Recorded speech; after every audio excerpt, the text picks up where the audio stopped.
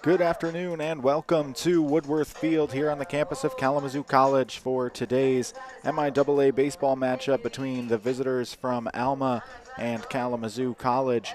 Yesterday, Alma took a doubleheader from the Hornets, winning both games in walk-off fashion for the Hornets. It's their first time having back-to-back losses this season. It'll be their first MIAA series loss as well, and today they look to avoid the sweep. I am Colin Murphy. I'll be your play-by-play broadcaster. Joining me today is Quentin Powers. Quentin, how are you? I'm doing great, Colin. It's good to be out here. It's been a little bit. I don't think we've actually been able to broadcast with each other, so it's great to be out here. It's going to be my first baseball game of the season, and man, it has been a historic season. We were just looking through some of these records, and I mean, the Hornets doing a whole lot, making a whole lot of new records this season. I mean, we've already seen some of the players who are out there in the record books like Lockhart and Reinhardt as well. I mean, just a lot of great things to look at there. And Colin, how are you doing today? I'm doing very well. Excited to bring us this game after I broadcast our softball doubleheader also against Alma yesterday, and then that women's lacrosse MIAA tournament win over Trine, the first MIAA tournament win for the Hornet women's lacrosse program. It was a really great day, and now looking to finish out a strong weekend. And like you mentioned, for the Hornets, it has been a historic season. The focus now, though, is on finishing strong, especially after those two losses to Alma yesterday. The Hornets now stand tied atop the MIAA standings with Adrian College, both at 13-4, and Alma lurking just behind at 12-5 in conference play. It's going to be a three-team fight for the regular season conference championship between three of the programs that have really been the strongest in the MIAA throughout the past 5 or 10 years. Yeah, and truly these three teams are three of the best teams in the nation. We were looking at where they're ranked, in Kalamazoo sitting usually in that top 10, Adrian in that top 20, and now almost kind of slipping into the top 50 as well. All these teams really making an impact this season. It's something to keep an eye on. We know how good they are and have been, but especially this season, it's kind of up in the air after those losses yesterday for Kazoo. Absolutely, and for the Hornets, again, looking to avoid a series sweep today against Alma. Let's run through the starting lineups for both teams in today's final game of this series. We'll start with the visitors from Alma. Leading off, playing center field for the Scots will be Grady Pierrat. Grady Pierrat hitting at .474 on the season. He's missed some time due to injury, but when he's been in the lineup, he has been absolutely clobbering baseballs. A .719 slugging percentage, also a phenomenal number for him. Batting second for Alma will be Giuseppe Sapienza, the designated hitter. He's batting at .356 on the season. For Alma, hitting third and playing first base will be Alexander Kavalik. He's got a .403 batting average with 21 extra base hits and 47 RBI on the year. For the Scots, batting fourth in right field will be Braylon Ryan. He's hitting .396 on the season, scored 28 runs with 38 RBI. Batting fifth for the Scots and playing second base, Brant Goodpaster. He's batting .280, the second baseman, with a .398 on base percentage. Tyler Warren will play third base and hit sixth for Alma. He's batting .272 on the year. And playing left field and batting seventh will be Brady Van Nest. Van Nest hitting .357 in limited action this season, 15 games, 13 starts. Charlie Martin will be behind the plate, catching and batting eighth. He has a .279 batting average on the season, and rounding out the lineup will be the shortstop, Justin Diaz, hitting .267 with 4 home runs and 11 doubles. On the mound for Alma will be the sophomore Cade Sutherland, who owns a .263 ERA, entirely within conference play, as he had not made an appearance on the mound before MIAA action started. For Kalamazoo, the lineup looks like this. Leading off, the shortstop, Cade Pricing, with a .356 batting average on the season and 49 runs scored. Batting second, Robert Newland, the all-around star for the Hornets. He'll play left field today. He's hitting .434, already a program record, 40 stolen bases on the year. He's got 44 RBI and 53 runs scored as well. Those marks all ranking among the top 50 in the country. Ryer Reinhardt will bat third and play first base for the Hornets. Kalamazoo's all-time leader in home runs and RBI. Now has 11 long balls with 66 RBI on the season. That's second most in all of Division III. Batting fourth for the Hornets will be the catcher, Caleb Moore. The first-team All-MIAA recipient a year ago is hitting .371 this year. Alex Fenkel will hit fifth and play second base. He's hitting .390 on the year with 8 home runs, 5 doubles, and a team-high 3 triples. Logan Lockhart, the two-way player for the Hornets, will bat sixth and play right field today. He's batting .284 on the year. Jackson Isaacs will be the designated hitter for the Hornets, batting seventh. He's hitting .354 on the year with a .479 on base percentage. Jack Friesen will play third and bat eighth for the Hornets. Friesen has cooled off a bit in MIAA play, but still hitting .252 on the season, looking to get that bat going once again here today. And in center field for the Hornets, batting ninth will be Austin Kerr. He's hitting .387 on the season, had to work his way into the lineup at the start of the year, but has now made 20 starts and owns a .579 on base percentage. On the mound for the Hornets, at least to start the game, will be Ben Van Ness. The right-hander owns a .491 ERA on the season, but across 8 appearances has just 7 1/3 innings pitched on the year, so we expect him to go just the first or maybe first 2 innings before turning it over to a long reliever.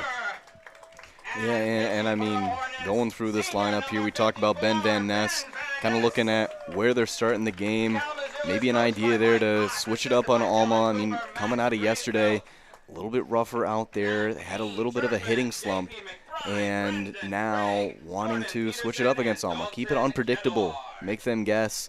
Make them make those adjustments out there. We're about set for the national anthem here. We'll step away for just a moment and be back for first pitch right after this. Face the flag located above the scoreboard to honor our country.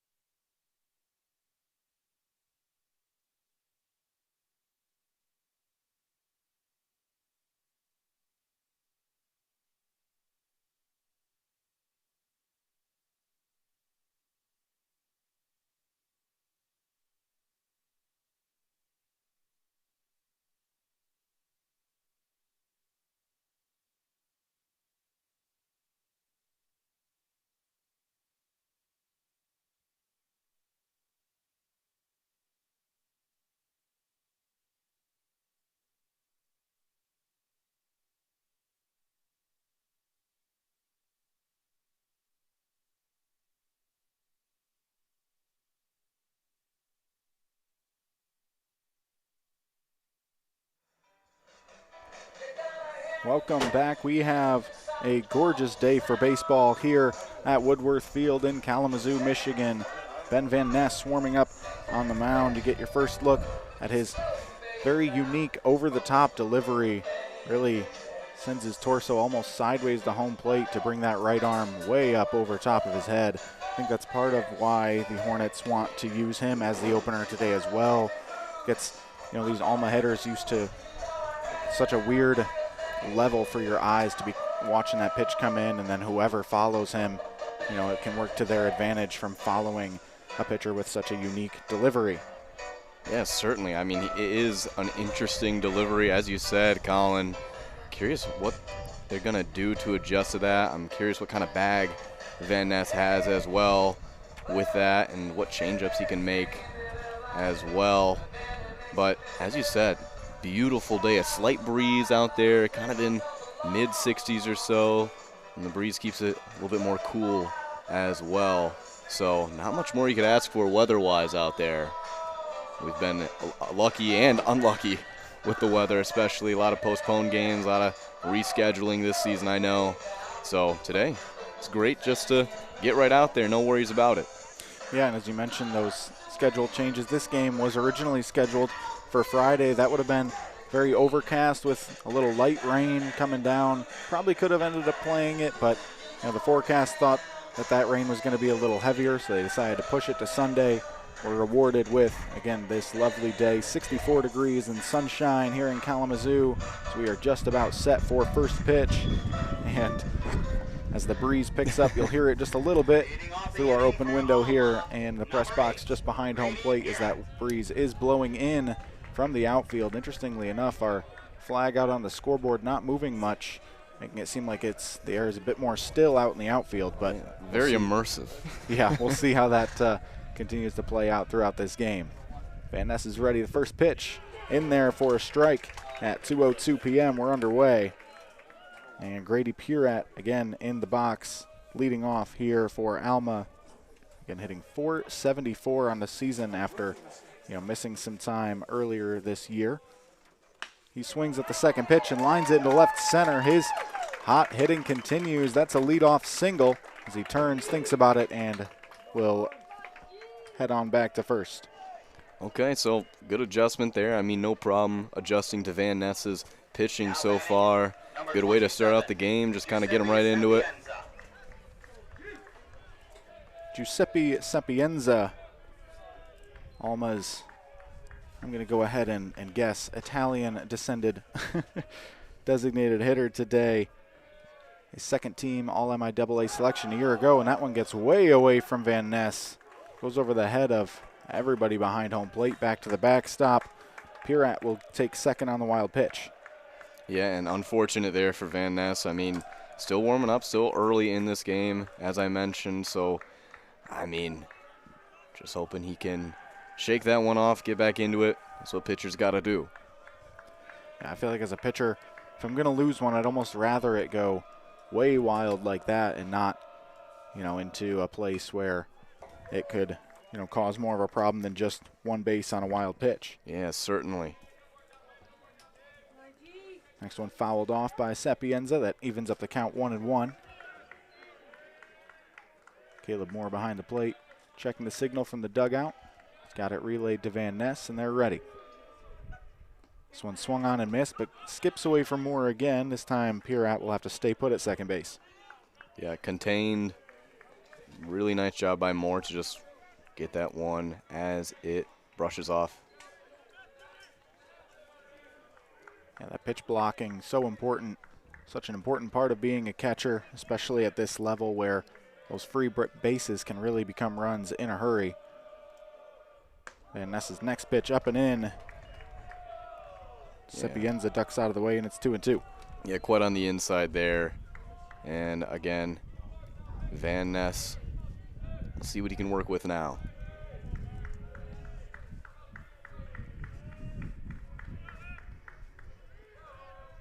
Van Ness taking his time, lets the pitch clock wind down to 5, and his next offering fouled off by Sapienza. I mean, he's not afraid to swing at Van Ness. We know Purat didn't have a problem with it, so.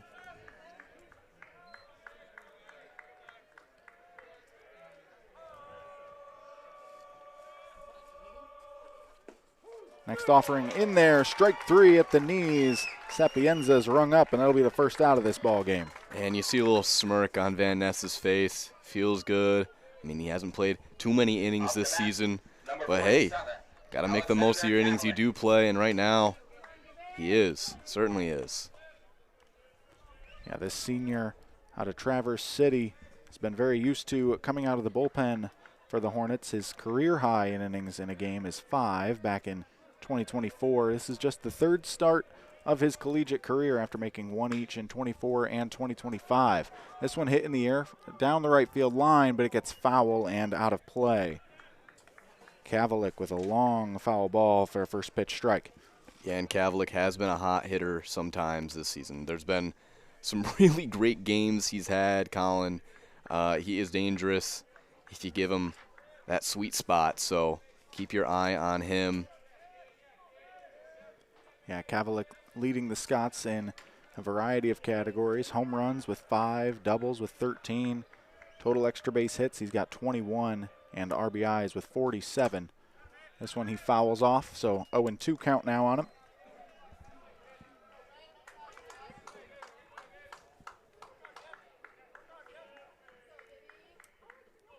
Kavalik, one of 3 players for Alma and that have enough at-bats to qualify for national leaderboards with an OPS over 1,000 on the season.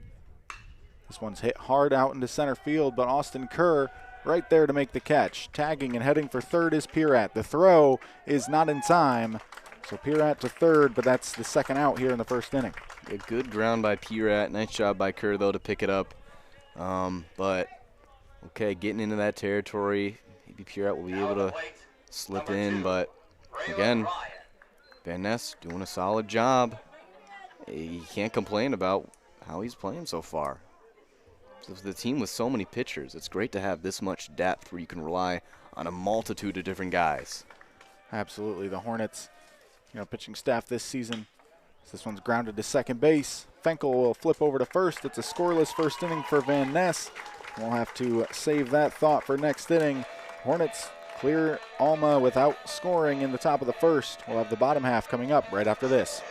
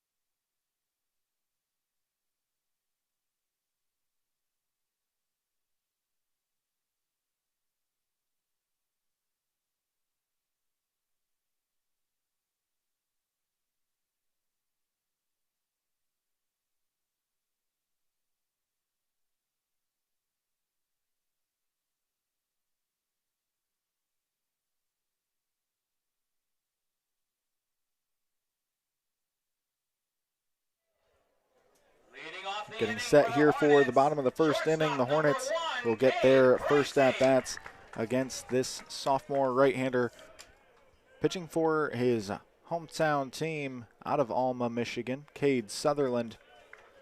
This will be his 4th appearance and 3rd start on the mound this season, totaling 13 2/3 innings. His first pitch to Cade Pricing in there for a strike.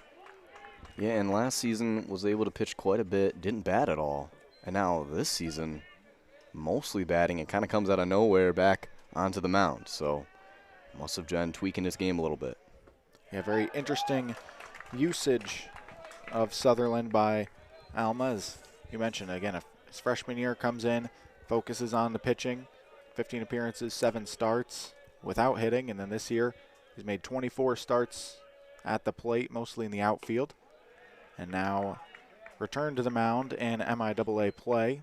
He's had good results so far. His first appearance in what was ultimately a 16-11 loss to Olivet. He actually threw 5 scoreless innings as he gets pricing to swing and miss there for a strikeout for the first out today. Again, that first appearance for Sutherland this year, he entered that game as Alma had already surrendered 5 runs in the second inning. He pitched the 3rd through 7th scoreless, but Olivet then scored 11 runs in the bottom of the 8th to win that one, again, 16-11. His performance in that one, though, again, kind of probably reinstilled a lot of confidence in him from his coaches, and so now he's thrown 2 starts in MIAA action against Trine. He had 4 innings, allowing 2 runs with 5 strikeouts, and then at Calvin 6 days ago, 4 2/3 innings, surrendering 2 runs with 3 strikeouts. Yeah, and coming into a games against Kalamazoo, really important ones especially. You need to perform. You need to perform your best. And, I mean, if you can keep up some good habits out there, pitching-wise, good signs for the future, and as a team, especially against tougher teams like Kalamazoo. Absolutely, as we got a 3-1 count now on Robert Newland, who hits this one in the air to right field, down the line, making a run for it, but won't get it. It gets out of play. Braylon Ryan chasing after it, but as that one goes foul, it'll fill the count 3-2. And like you mentioned, for Alma, a lot of the talk around the MIAA this year has been about Adrian against Kalamazoo and, which one of those 2 teams is going to win it. And Alma probably felt like, hey, you need to put some respect on our name. We're right here with them, and we could absolutely win this conference as well. Yeah, and now Newland's going to take it to first. But, I mean, as you said, it is interesting to have Alma kind of come into play here, bring them into those discussions because they're dangerous, playing so well yesterday, and just consistent now. Dangerous, and really the word that comes to my mind is scrappy, the way they won both of those games. The Hornets in the first inning of game 1, as there goes Newland for second base on the first pitch. The throw is in time. Robert Newland already has the program record for stolen bases in a season with 40, but that time unsuccessful. The Scots able to cut him down. Yeah, and surprising. That's going to be a tough one for him. I know he really wanted to get there, of course, but it would be great to give his team a little head start with a steal like that. That pitch up and in on Reinhardt. Make it 2-0 as he leans back out of the way. But again, yesterday in that doubleheader, the Hornets scored 6 runs in the top of the first of game 1. So Reinhardt pops this one up foul territory on the first base side. And unable to get there is Kavalik, so he'll stay alive. So after the Hornets had those 6 runs early, Alma climbed back with 3 in the second, 2 in the 5th, 1 in the 7th to tie it, eventually scoring again in the 11th to win game 1. They continued to hold Kalamazoo scoreless for what ended up being a 14-inning stretch. Innings 2 through 11 in game 1, then 1 through 4 in game 2. The Hornets got back ahead with 2 in the 5th, 1 in the 6th to take a 3-1 lead in game 2, but Alma once again was able to respond. 2 runs in the bottom of the 6th and 1 in the bottom of the 7th to walk it off. Newland pops that one up to first base, and so, sorry Quentin, I can tell you're trying to get something in, but it'll have to wait till next inning. We're through a scoreless first here in Kalamazoo. Alma back to the plate at the top of the second right after this.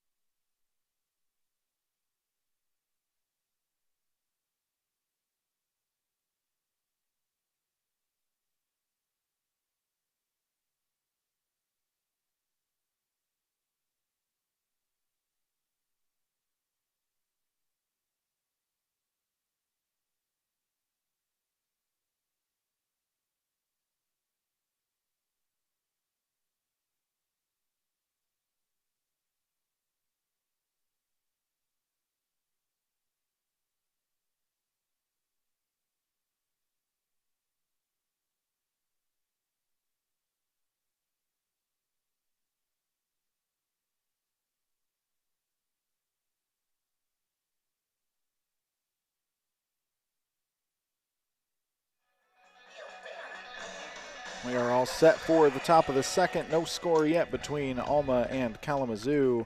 Ben Van Ness returning to the mound for this second inning to face Grant Goodpaster first here for Alma.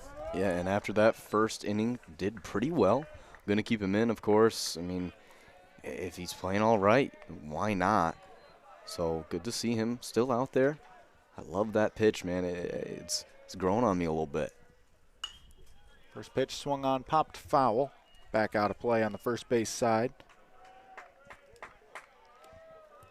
And while it may not be traditional, I mean, it works, you know? Certainly. Absolutely. So much about pitching is, you know, how well you can keep hitters off balance. And, again, in a lot of sports you see, you know, when people have, like, if you see a basketball player with what people would call a unique shooting style, a lot of coaches would try to get them back into, you know, a regular form. But when it comes to pitching, really, you almost look at the opposite. You want that unique style to give hitters something they're not used to seeing. Next pitch swung on, grounded, foul, just behind the third base bag. Hornets fortunate there that he didn't keep that one fair down the left field line. Yeah, just almost kept that one in, but nope, just a little too wide. Was home plate umpire Chad Williams making the foul call on that one. The rest of our umpiring crew today, as there's check swing, they'll appeal to first base umpire Ryan Chorpening. He says he did not go. Also down there at third base, Kevin McNeese, who got out of the way of that foul ball a moment ago. It's the crew assigned from the MIAA to work this afternoon's ball game. Van Ness now ready, another 0-2. Swung on and missed. Just like the first, he gets the first out via the strikeout, and Goodpaster heads back to the dugout. Yeah, and I like this for Van Ness. Every time he's gotten a strikeout now, or he's gotten himself a nice pitch, he's got a smirk on his face. That's nice, you know. It's good to see players actually, you know, be happy about those kinds of things. A lot of times you want to say nonchalant about it, but I like it. I like to see a smile and show some enthusiasm about your playing. Yeah, the old debate between acting like you've been there before versus, you know, enjoying your good performance. And right. I think it speaks into a player's confidence too. He's like, yes, that's exactly, you know, what I wanted to do. And when you're, again, having that effectiveness, it's good to enjoy it. Next pitch misses inside. 2-0 the count now on Kyler Warren, Scott's third baseman.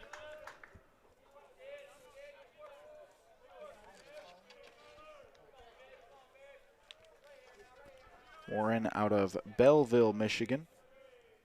His younger brother, Caden, also on this Alma Scots team.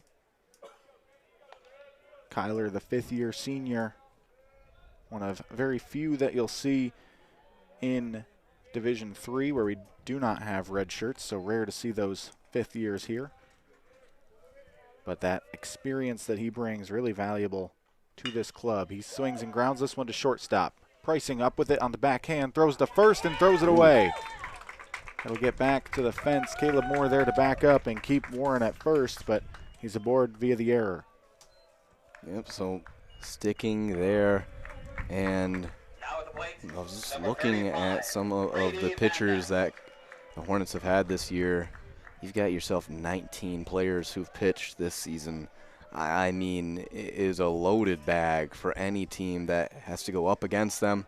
I mean, you've got great pitchers like Orvis, of course, but you've got surprising players like Van Ness and a multitude of other guys who are young as well.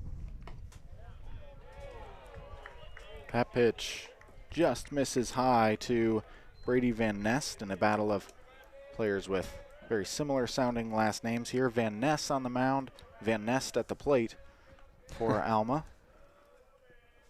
The Scots left fielder batting .357 on the season. He tried to hold up but couldn't. That's strike one.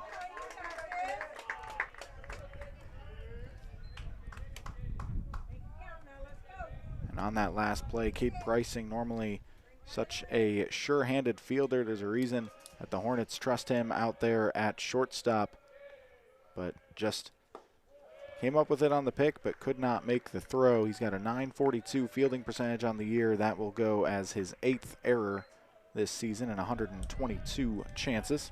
Oof. That's a pretty good number. Yeah, I was gotta say. Shortstops certainly get a lot of work out there. That one in there, strike 2 on Brady Van Nest. Evens up the count. And now we'll see how Ben Van Ness attacks him, looking to pick up his 3rd strikeout here, this one. Checks on the runner at first, comes to set, and deals. Thought about it, but Van Ness able to hold up, runs outside, and we've got a full count. Alrighty, pressure's on Van Ness. I mean, hey, that's what you've been waiting for. These are the moments as a player you look forward to.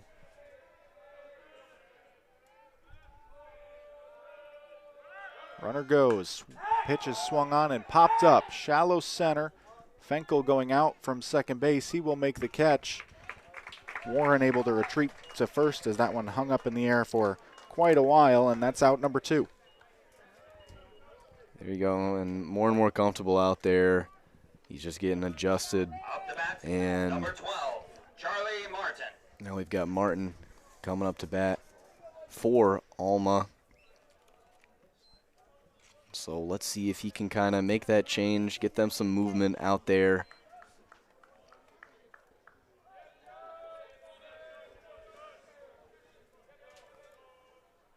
This one swung on and grounded right through the left side.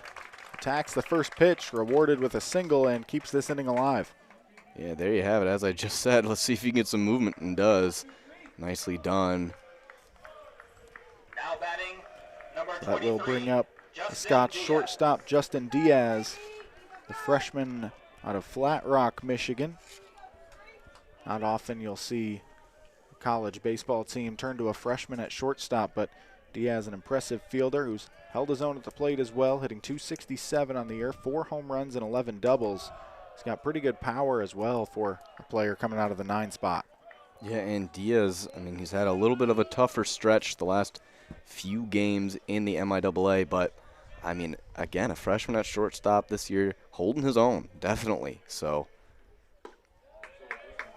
that one misses inside. 2-0 the count now on Diaz. And as we speculated at the top of how deep Van Ness would pitch in this game, the Hornets do have one pitcher warming up in the bullpen as they are ready in case any runs are able to score. This one popped up straight back, and that will get out of play. Caleb Moore gave chase, but that ball got plenty far back beyond the netting. And I think warm-up pitcher I see, I'm pretty sure it's Robert Algren back there. So, yeah, just keep an eye on that. We'll see if they keep Van Ness in. Certainly doing a good job, as we mentioned. And Algren is a pitcher who they have been going to fairly often after using a starter to get him just 1 or 2 innings. As Van Ness gets strike 2 across there on Diaz. For Algren, 11 appearances, just 2 starts, but now 35 and a third innings. That's 3rd most on the team. His 57 strikeouts have really been impressive, including setting a program record with 15 strikeouts a couple weekends ago. That pitch misses up and in. We'll have a full count. The runners will be off with the pitch. So that makes this a really big situation as we still stand scoreless here in the 2nd. Van Ness trying to get through 2 scoreless. Justin Diaz trying to get the Scots on the board first. Swings and grounds it to second base. Fenkel waits for it. Comes up and throws off target. Reinhardt able to go grab it and keep the runners from advancing any further, but the 2nd error of the inning has the bases loaded. All right, bases loaded now. Boy, that is tough. I mean, just a small error again to not be able to get him out on first, so pressure's on again. Now batting, Going to be talking it over, as they probably should. That'll bring out pitching coach Matt Rayfelt, and as he signals to the bullpen, they're not going to allow Grady Pierrat to see Van Ness a second time. They'll turn to the bullpen. We'll step aside for just a bit and introduce you to the Hornets' next pitcher right after this.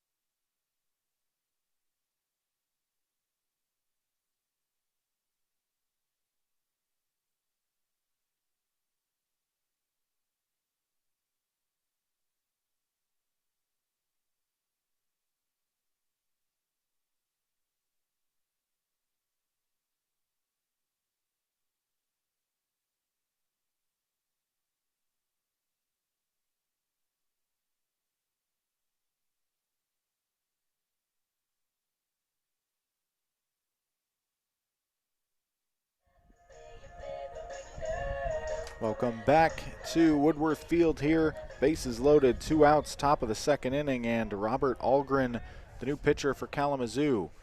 Do not let his 5.60 ERA on the season fool you. He has really turned a corner here in conference play, lowering that ERA to 3.63, and with 42 strikeouts in just 22 and a third innings. He specializes in missing bats. Is just the pitcher you want when you've got a situation like this, really needing to get this one batter to get out of the inning. Yeah, and Algren had a really great game against Hope. I mean, he played 7 innings that game, so I mean, it's going to look better. But, of course, they're starting to trust him a lot more, as we said, going into that conference play.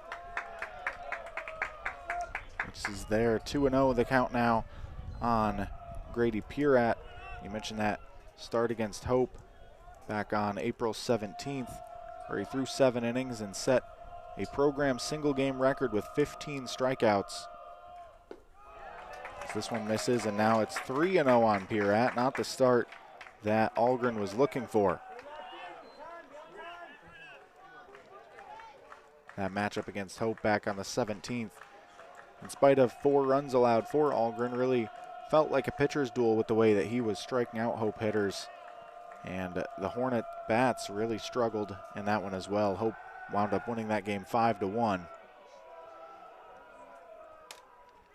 Algren steps off, checks the runner on second there.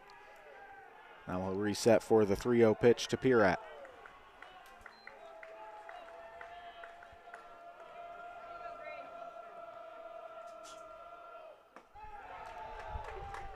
And they call that one ball 4. I thought it may have been in there at the knees, but instead it's an RBI walk, and Alma's on the board first. And yeah, I mean, you put Algren in, bases loaded. It's been, I think, about 10 days since he's been in-game pitching, if I'm correct. Am I correct there? No, he did pitch. Oh, he did pitch midweek. at Calvin. Yep, midweek this week against Calvin. He threw 2 1/3 innings. Oh, excuse me there. Well, either way, you come out and it's pressure's on when you have bases loaded like that. You're trying to kind of get back into your swing of things, and it's a tough one, but you know, he'll shake it off. Yeah, definitely a tough situation to enter into, and you know, while I said he's the exact kind of guy you want for this situation, he'll field this grounder right back to him, step on first. He normally has been coming into games with a clean inning, so ultimately surrenders the 1 run but gets out of it. The Hornets will go bat down 1-0 here for the bottom of the second right after this.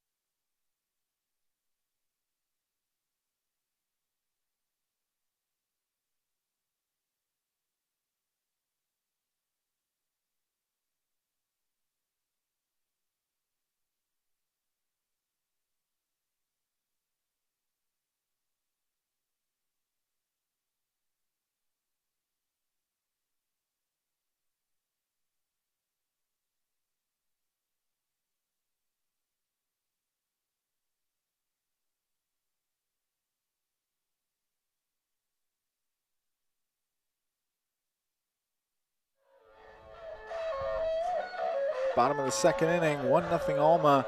You're watching MIAA baseball here from Woodworth Field in Kalamazoo, Michigan. For the Hornets, leading things off in this second will be the catcher, Caleb Moore.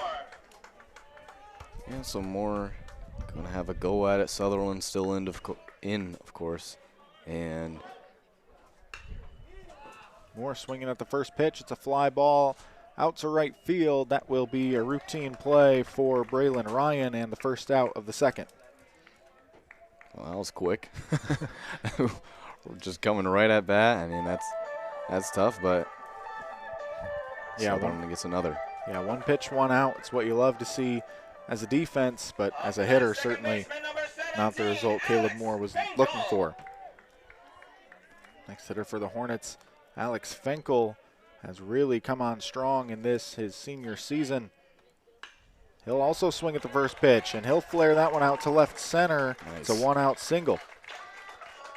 Yeah, that's nice as well. 2 back-to-backs, but just found it in the right spot of the field and gets the single.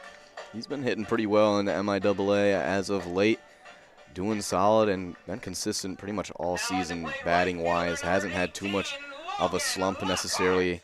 Had a great game at Adrian this season, so doing pretty well. Now Logan Lockhart, the Hornets right fielder, steps in, takes strike one. And this senior class for the Hornets really been so foundational to their success over the last several years. Players like Newland, Reinhardt, Fenkel, Lockhart. A few on the pitching side as well, as Lockhart lifts this one to right field. Coming over is Ryan. He'll make the catch for out number 2.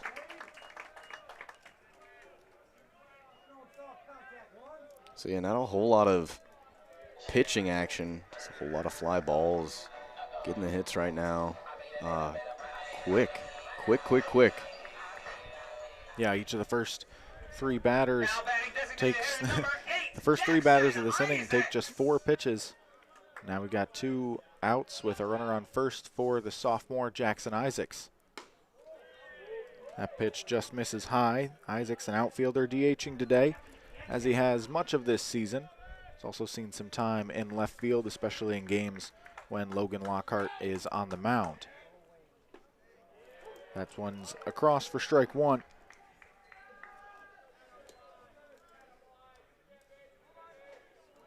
You know, we talked a bit earlier about how this has been a very full weekend here at Kalamazoo College, really a full weekend of sports action around the city of Kalamazoo.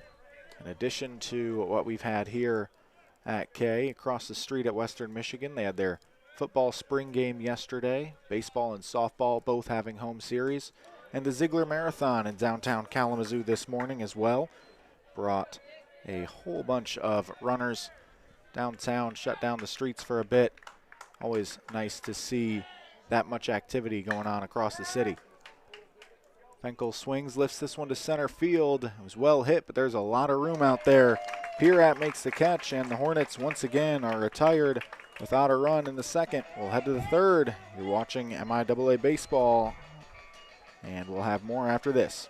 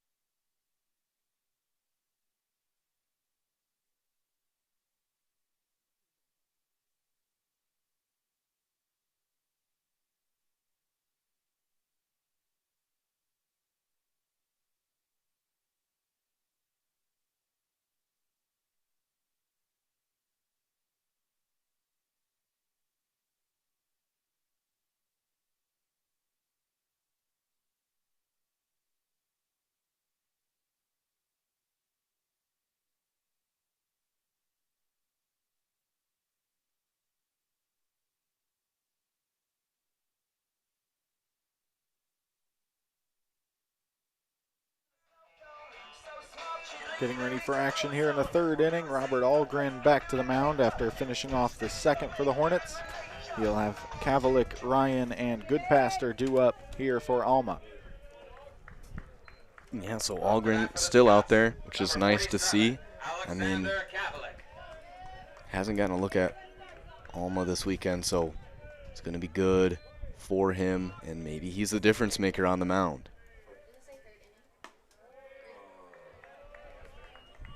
First pitch to Kavalik misses outside.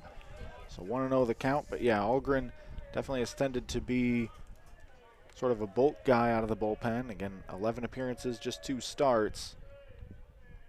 But it'll typically give you a good 3 or 4 innings. This one popped up back behind first base. Alex Fenkel on the run into foul territory, and he just can't make the sliding catch. It'll just count as a foul ball for Kavalik. Evens up the count at 1-1. Would have been nice to see him get that. A lot of effort there. Still looked clean. I mean, he didn't injure himself or anything. Going for it, so. Yeah, and Fenkel, not known as the strongest defender, definitely out there for his very strong hitting, but almost adds a highlight play on the defensive end there. Instead, we continue this battle between Algren and Kavalik. Now 2-1 the count.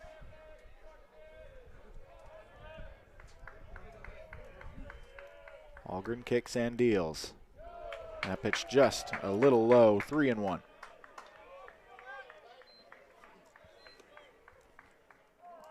Algren there trying to sneak the breaking ball by him, but just dropped off the table a little too far. Now ready the 3-1. Fastball misses the outside edge, and that's a walk to lead off this third inning. And Kavalik, not a bad guy to walk. A dangerous hitter at times with those 5 home runs and 1 in conference play. But, I mean, still, dangerous hitter. You don't want a hitter to get in his rhythm either. And so, giving him a walk, not too bad of a thing at the end of the day.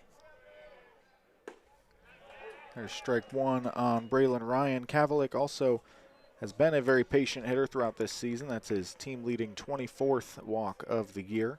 He's got 11 stolen bases on 15 attempts, so someone you got to keep an eye on over there at first base, but at the moment not getting too big of a lead off. Algren goes, picks off anyway, and Kavalik back in, standing up. It was like he could hear you out there. Well, it's nice to know that Robert Algren thinks I know what I'm talking about, at least if he can. So, Yup. It's a good strike 2 across on Ryan there. You gotta love it when that happens. Any sport, do exactly what you're calling out. Nice. That one just off the outer edge. 1-2 the count now on Ryan.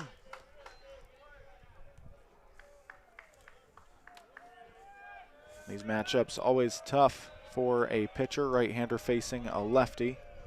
You don't get to see batter splits the way you do in the majors. This one grounded to second. Alex Fenkel fields it. His only play is at first. So it's a ground out for Ryan, but Kavalik scoots over to second base. Very nice, functional, fundamental. Picking that one up off the hit, so. Got Goodpaster at bat here. Junior from Hamilton, Michigan. Struck out his first time up as he was unable to figure out Ben Van Ness, but now we'll see how he's able to handle Robert Algren. First pitch misses off the outside, 1-0.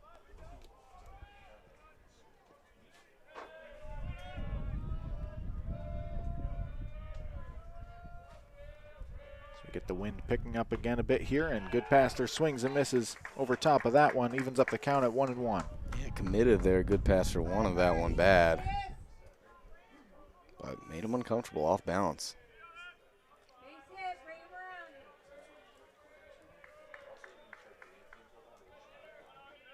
In yesterday's doubleheader, Goodpaster went 2 for 4 in game 1, 0 for 2 in game 2. This one swings and fouls it off back to the right side.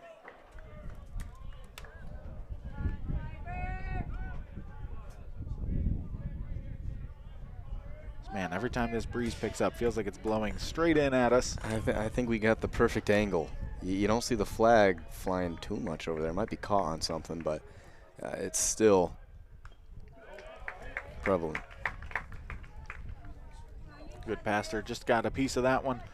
Fouls it straight back. So we'll continue this battle, still at a 1-2 count. And while this is totally not important to the game, a last name like Goodpaster just makes me wonder where in the world that came from. Curious, as he gets a nice hit there. Puts this one down the right field line. Lockhart up with it. He'll throw to the plate, but not in time to catch Cavalick coming home. The throw briefly gets away from Moore, but Goodpaster will stay at first base. Yeah, on first, Reinhardt had a collision there. And it looks like, yeah, he's taking a breath. Looks like Alma's trying to argue that that was interference by Reinhardt. Yeah, and you know, maybe you could call that. You know, Reinhardt now gives Goodpaster a little pat on the back saying, hey, my bad, man. I certainly don't think it was intentional, but that's tough. It happens sometimes, and ooh. Of course, in baseball, if they do determine a fielder impeded the runner's progress, they will award him that extra base. So that's what our umpires are talking over there just behind the pitcher's mound. Looks like they've made their decision, and they will award Goodpaster second base. Yeah, and I think that makes sense. It was pretty blatant. I mean, both of them almost fell over. Wasn't like one of them was finding the other. So. Well, the other critical piece on it is that there wasn't really a play at first base, and so when there's not a play, the reliability goes to the fielder to avoid that contact. So Kyler Warren now to the plate with a runner at second and one out. One run already in on this inning to make it 2-0 Alma. He'll take strike one.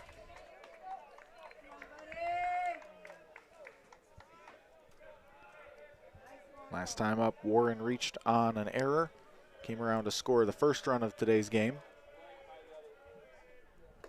Swings and misses at a ball down in the dirt there. Quickly 0-2. And that gives Algren a lot of pitches to play with to try to finish him off. Especially after seeing him chase a pitch down in the dirt there.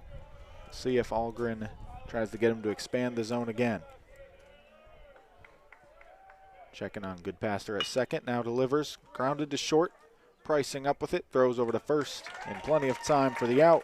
And so Goodpaster heads over to third, but now two away in this third inning. And Warren this season, after that one doesn't go his way, only played in one of those games against Kalamazoo yesterday, came back out there.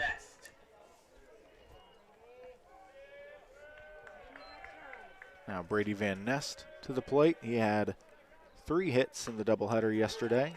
Takes strike one there from Algren.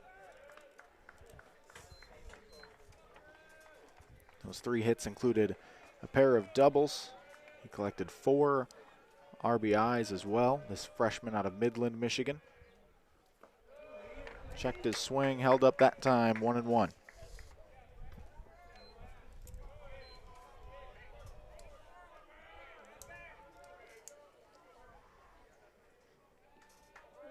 And Algren taking a second there, kind of regrouping, readjusts. 1-1 pitch, swung on and missed. He's getting good bite on that breaking ball, keeping these Scots hitters off balance. Yeah, really great job there by Algren.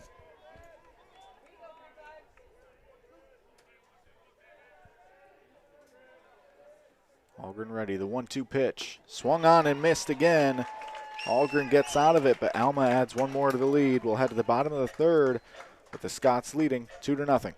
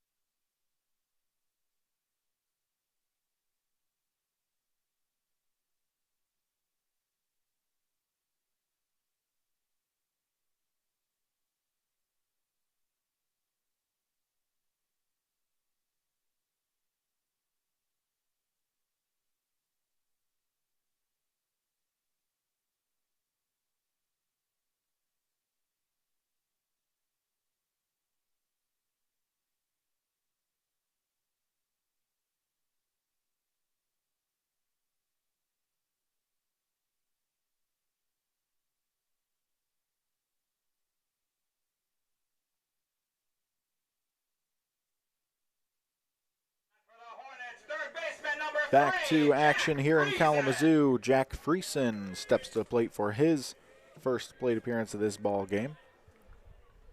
Hornets third baseman, transfer from Olivet. Takes a first pitch strike there from Sutherland.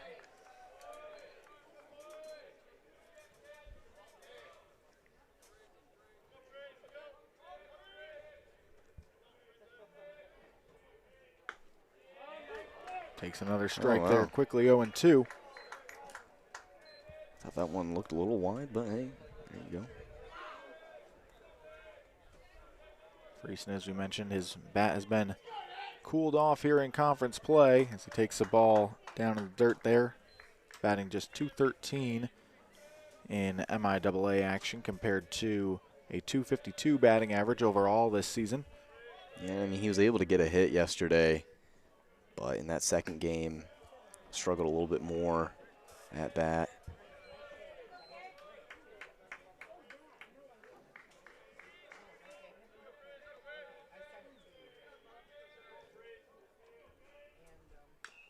Swings, just taps that one foul to stay alive at 2-2. To your point, again, 1 for 3 in game 1, 0 for 2 in game 2. So, yes, he had that hit, but, 1 for 5 on the day. Ultimately not really what you're looking for up at the plate.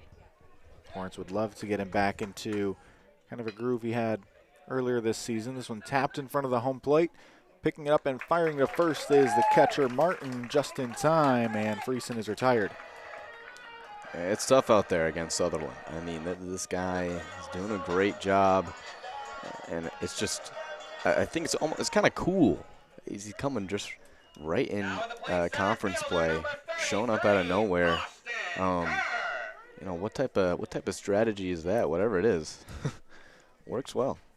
Yeah, hard for us to know if that was injury related or if it was just something that they wanted him to work on at the start of the year outside of game action and then felt ready to bring him into conference play. But it's really worked as kind of a secret weapon as Kerr gets a hold of this one, sends that out to left center.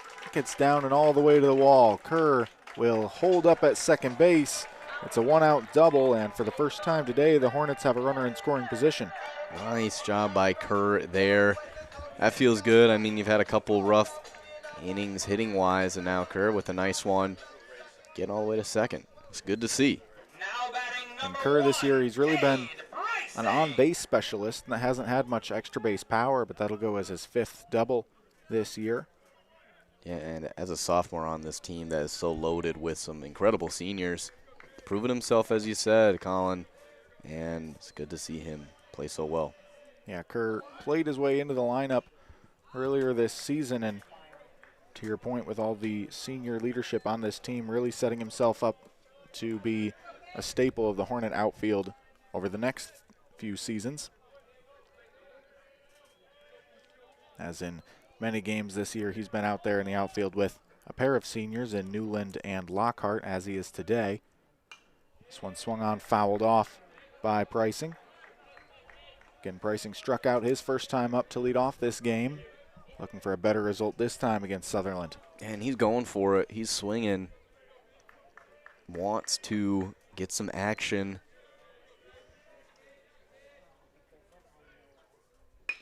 This one swung on and pushed through the hole on the right side. That's a single. Kerr had to hesitate, make sure it got through, so he will stop at third. We've got runners on the corners with one away. There you go. He gets what he's been wanting. That action. Swinging at all of them. Making the last one work there. That's how you know you got yourself a good hitter, someone who doesn't give up. Speaking of good hitters, oh yeah, Robert Newland stepping to the plate is on a 26-game hitting streak dating back to March 1st. Last time he was held without a hit was back in February.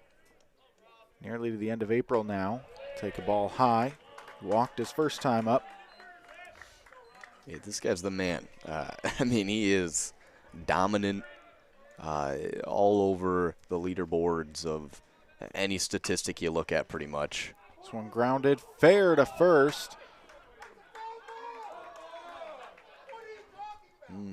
Newland thought it was foul, but overruled by the home plate umpire. It will be An RBI ground out as Kerr comes in to score.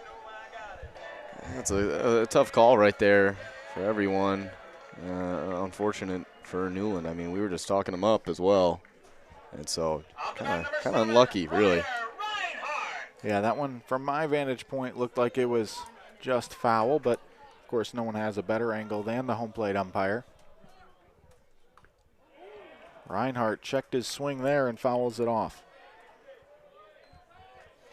It's interesting, too, we talk about, again, how strong Newland has been this season. And coming into the year, if you had to, take your pick for Hornet hitters, that would be leading the way. Reinhardt in the batter's box right now certainly would come to mind. Caleb Moore, having been a first-team All-MIAA honoree last season, certainly up there. And those guys are having great seasons as well, but Robert Newland has just really stepped up his senior year and really taken control. He's taken that next step, and I mean, we know how good Reinhardt is, but I mean, Newland taking that next step makes this team so much more interesting and had so much more depth, a lot of weapons. This one grounded to shortstop, and it's a tough play. Skips off the glove of Diaz. Coming in to score is Pricing. Reinhardt on his way to second base, and he is in there. Nice. Thinking that'll probably be scored a single plus error there for Reinhardt, as it would have been a very difficult play for Diaz to get an out, but certainly if he were able to glove it cleanly, probably could have kept Pricing at third and Reinhardt on first. And good commitment for Reinhardt as well. I mean, you get the run, but you also get Reinhardt just fully committing to that.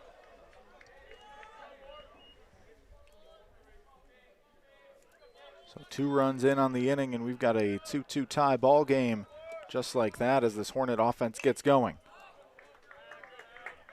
Officially, that ball is being scored a double for Reinhardt. So we'll get the RBI for Pricing coming home as well. Caleb Moore now into the batter's box, fouls back the first pitch. Steps out to adjust his equipment. And now steps back in, ready for the next delivery from Cade Sutherland. That one down in the dirt, 1-1. And Moore, not sure if we mentioned it yesterday, having kind of a rough day overall. 2 hits out of the 10 looks he's got, and so that's hard. It's a little difficult. You have those rough days, but you don't doubt a player like Moore can get back into it. We talked also about how great of a hitter he is. So this one grounded foul down the third base line, and yeah, to that point, Caleb Moore twice this season has been honored on the D3Baseball.com Team of the Week, as he has had many strong performances, 42 RBIs, 36 runs, so averaging over 1 per game in both those categories. Very impressive to see for a catcher. But swings and misses here. A strikeout ends the third inning, but not before the Hornets get a pair of runs to tie this one up. We'll head to the fourth inning between Alma and Kalamazoo, tied 2-2.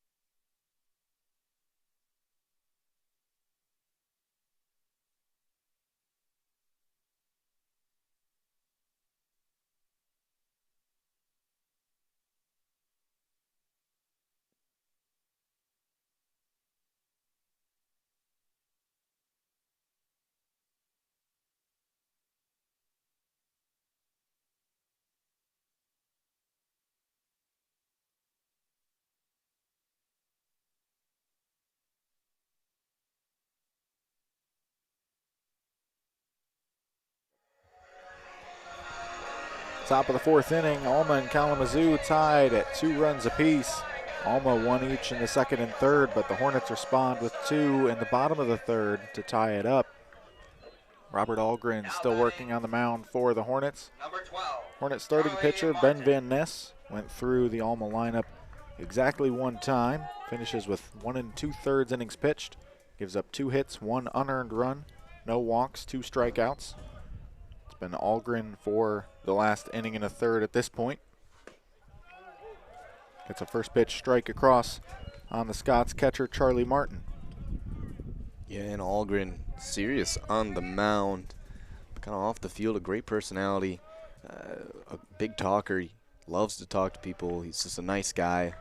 I feel like on a lot of these broadcasts when I talk about the people I've been able to talk to, always somehow it's on a basketball court. And so got a chance to hang out with him there.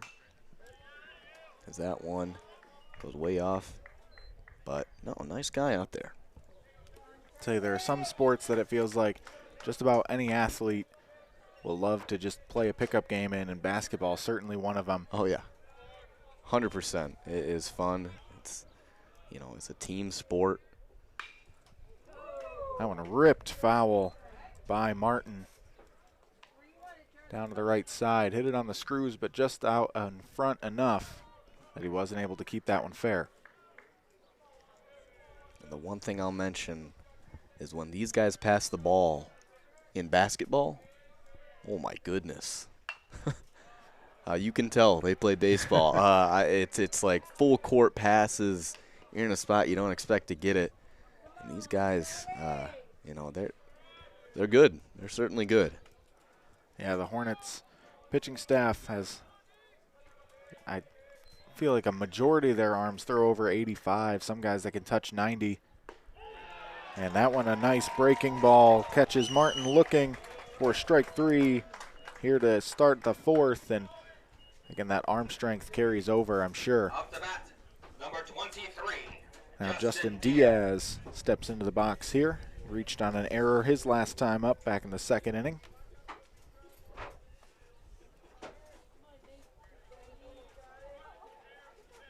Diaz was one of few Alma hitters who stayed quiet yesterday, 0 for 7 in the doubleheader.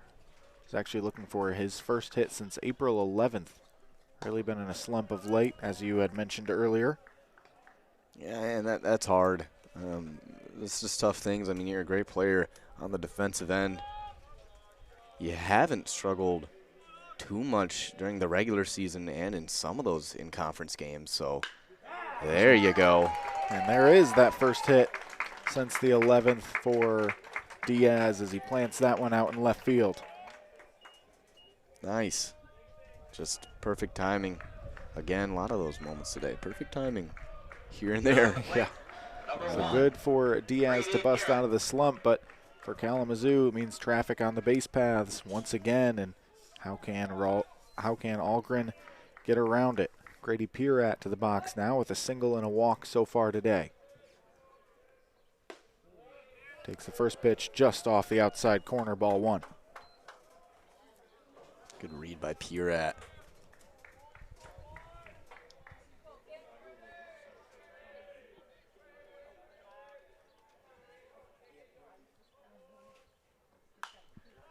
This ball popped foul, back out of play. Pierrat with video game numbers this season. Again, just 18 games, 14 starts, but already has 29 hits, 17 walks, 2 homers, 6 doubles. He scored 29 runs in those 18 games. Yeah, video game stats, great way to say it. I like that saying. I haven't heard it too much, but that's a good way to describe how he's been playing. Certainly impressive. I've got a my career mode going in MLB The Show, and I'm happy anytime I see my batting average creep up over like 350. So when I see guys in real life batting 470, I'm like, that's nuts. That's great. This ball grounded to third, over to second for 1, to first, no chance at the double play, but the Hornets will take the lead runner there, 2 away now, and Pierrat on first with the fielder's choice. Oh, it looks like Or the umpires are going to Yeah, I huddle was just again. about to And say. we might have the reverse from what we had back in I believe it was the second inning. Yeah, I could see the argument there as well, of course. Some traffic on the bases between defensive players and offensive players. So, I mean, how do you discuss those calls? You know what I mean? It's weird because you get sports where you can just decide right away, like, yep, there it is. But They are going to call him out, so they decide that Diaz got too much in the way of the Hornet defense, and Pirat will be out at first on a double play to end the inning. The Hornets go to hit in the bottom of the fourth, coming up right after this.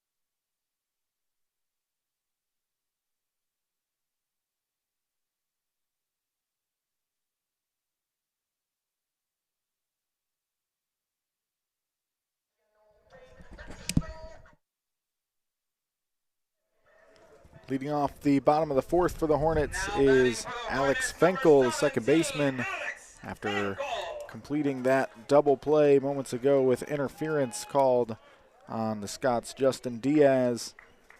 Fenkel now to lead things off in the fourth. He singled to left center his first time up and rips this one foul to the right side on the first pitch. yeah, and they're keeping Sutherland in right now after the last inning, 2 runs. And, I mean, I don't mind that. He's been doing good. It's not necessarily a huge issue, especially with that error. In his first 3 appearances this season, Sutherland has typically gone through the opposing batting order twice. He's been usually around 70 pitches across those last 2 appearances, so we'll see how far he's able to go here today. The fourth inning would be right in line with those 3 prior appearances. So this one skips away from the catcher Martin again, but with no runners on base, not a big deal.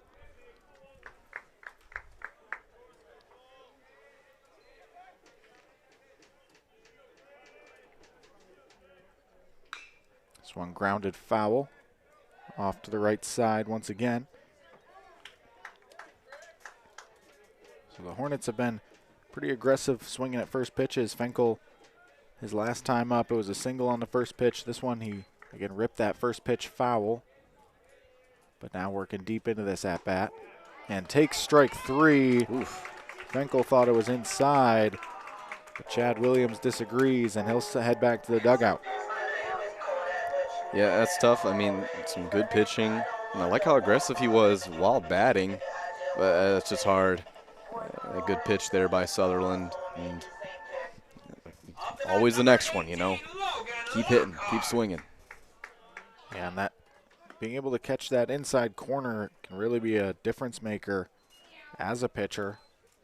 It's a tough area to go to because when you miss too far inside, you run the risk of hitting the batter, and this Hornet team draws a lot of hit by pitch, so it's something you really have to be careful of. But when you can find it, again, you can get strikes like that one where Fenkel doesn't like the look of it. Not a lot of hitters do like that inside part of the plate, but strike 3.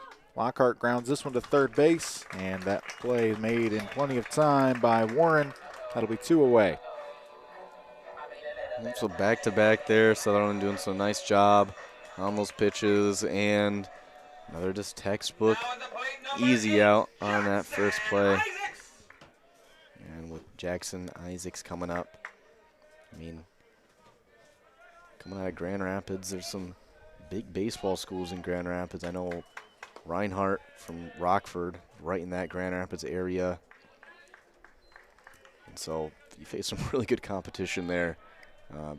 Fortunate to watch a little bit of baseball back in GR area. And Isaacs out of Grand Rapids Christian got himself a Division I opportunity at Western Michigan last year, but ultimately decided to transfer here to Kalamazoo College. And the Hornets thankful for it, as he is hitting .354 on the season.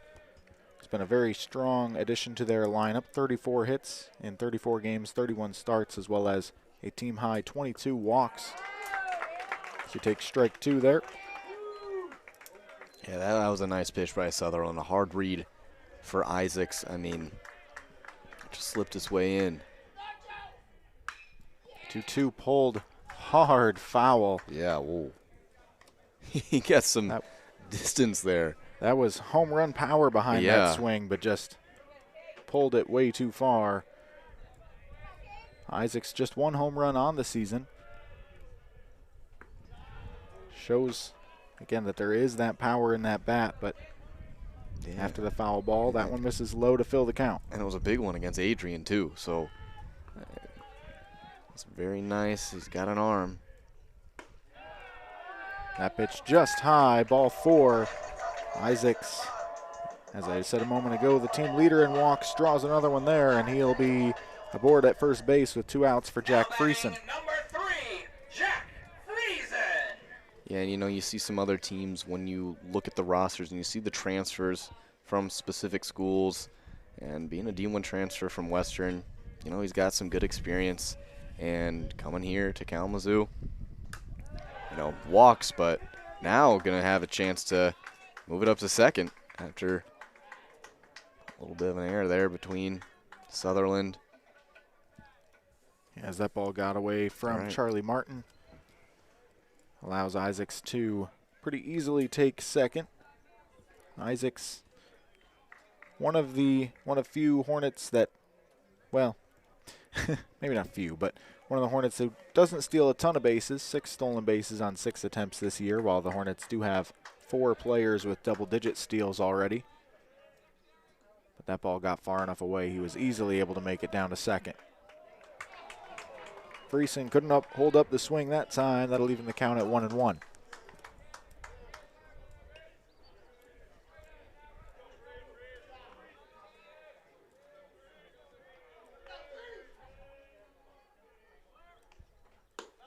The pitch just low. 2-1 the count now on Friesen. As I'm watching Sutherland work, he's been working pretty quick, not really pushing the limits on that pitch clock. No, yeah, he's in a rhythm, and he doesn't mind it. Ball swung on, just tapped foul by Friesen, and it was interesting with the pitch clock being used across all of NCAA baseball, following suit of the major and minor professional leagues that have really sped up pace of play, and you know, it can be helpful, especially times like yesterday where you're playing a doubleheader. First game goes to extra innings. MIAA does have a rule that automatically triggered Game 2 to be a 7-inning game, but that pitch clock also helps those not turn into too late of a night. Yeah, those doubleheaders, I mean, think about what had happened before, how long of days those would be for the players. It's a lot to go through. And it gives everyone a nice break on the field, but still, it takes a long time. What I hadn't realized before this season, though, is that the pitch clock is enforced even at fields that don't have the capability to show it, as that pitch misses the inside edge. Ball 4 for Friesen, so back-to-back walks have the Hornets with a scoring chance here with 2 outs. And Austin Kerr coming to the plate. So is that so? You actually – so who has the count then? Is it Well, one of the umpires will keep it. okay. So I learned this when I was with the team in Florida for spring break, and that's really the only time I've seen the pitch clock become an issue too, and which makes sense when the players obviously you kind of are aware of it in your own head, but can't actually see exactly where it's at. And there were a few violations that I saw down there, but once we've gotten into conference play and these MIAA stadiums do have that pitch clock visible for the players, they've been able to keep themselves on schedule and not have it become an issue. Right, you look back at second and it's right there, so that's not a problem. But to think not having it, eesh, it's a whole nother level of the game. You have to keep in mind. Alma's visit to the mound from their pitching coach is over. I wanted to have a chat with Sutherland after those back-to-back walks. They're going to leave him in here to face Austin Kerr, who doubled to left center his first time up. That breaking ball just stays high, 1-0. Just high.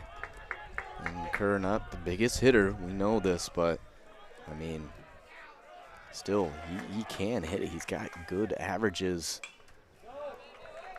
Well, when you say not the biggest hitter, I also think of his height listed at 5'8". That might be a little generous, as the Hornets have several. I like to call them strike zone squeezers.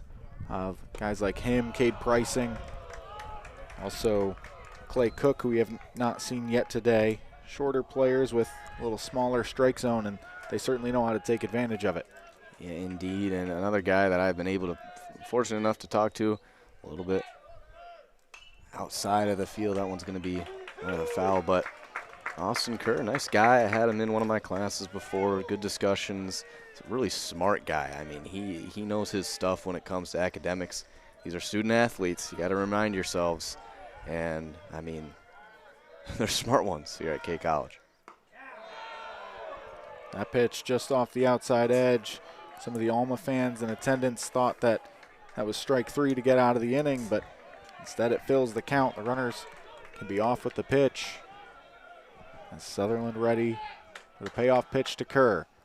Swung on and fouled back. We'll do it again. Oof, antsy right now. A couple pitches you don't agree with as an audience member, or you do, but antsy on the plate and at the mound. Again, I'm really feeling the situation here, too, in the tie game. And that's ball 4. Kerr's a little fired up about it as he heads down to first base. Yeah, loaded up now. That does load the bases for Cade Pricing. Yeah, you like the flair in Kerr. He takes that, I think, in all of the aspects of his life. I was saying how smart he is in school. He takes it seriously, too. I mean, he is dialed in all aspects of sport and college activities. So now we've got a little meeting out there. Yeah, Sutherland, you can go ahead. Cade Sutherland once again will get through the lineup exactly twice. He's coming out. We'll step aside while Alma's new pitcher warms up. When we come back, we'll let you know who's out there on the mound for the Scots.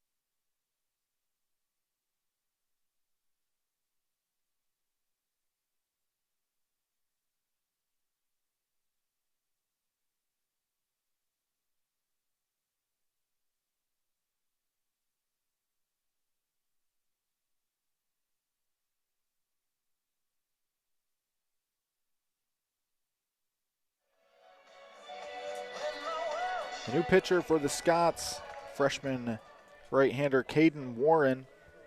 Warren, another player just like the Hornets' Robert Algren, where I feel like his ERA is misleading. He had one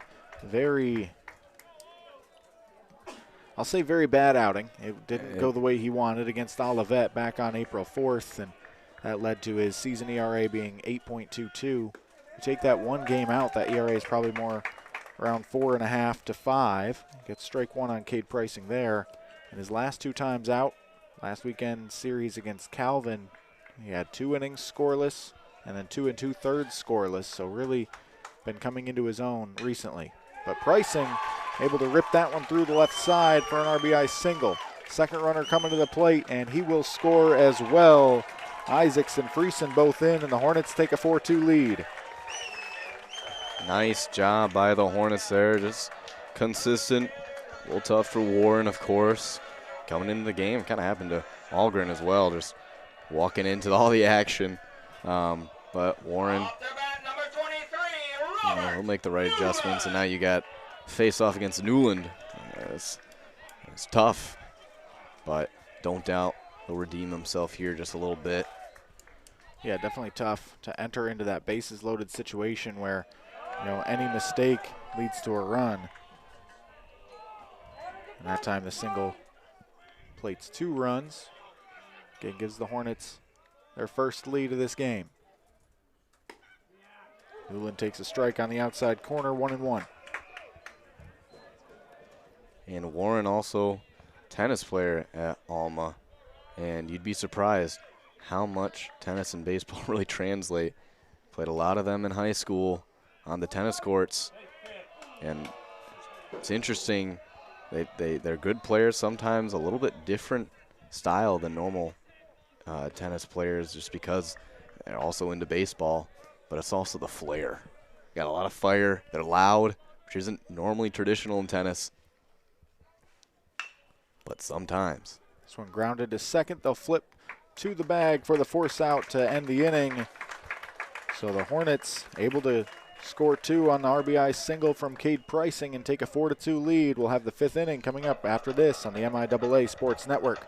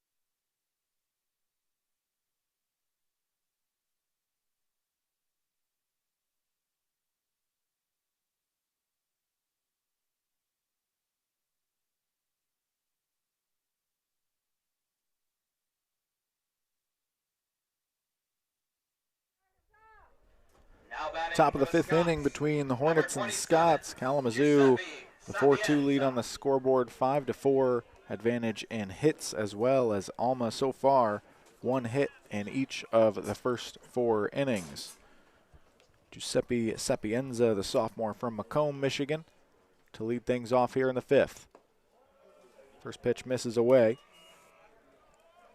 from Robert Algren, who's out there continuing his work in relief in this one. 2 1/3 innings so far.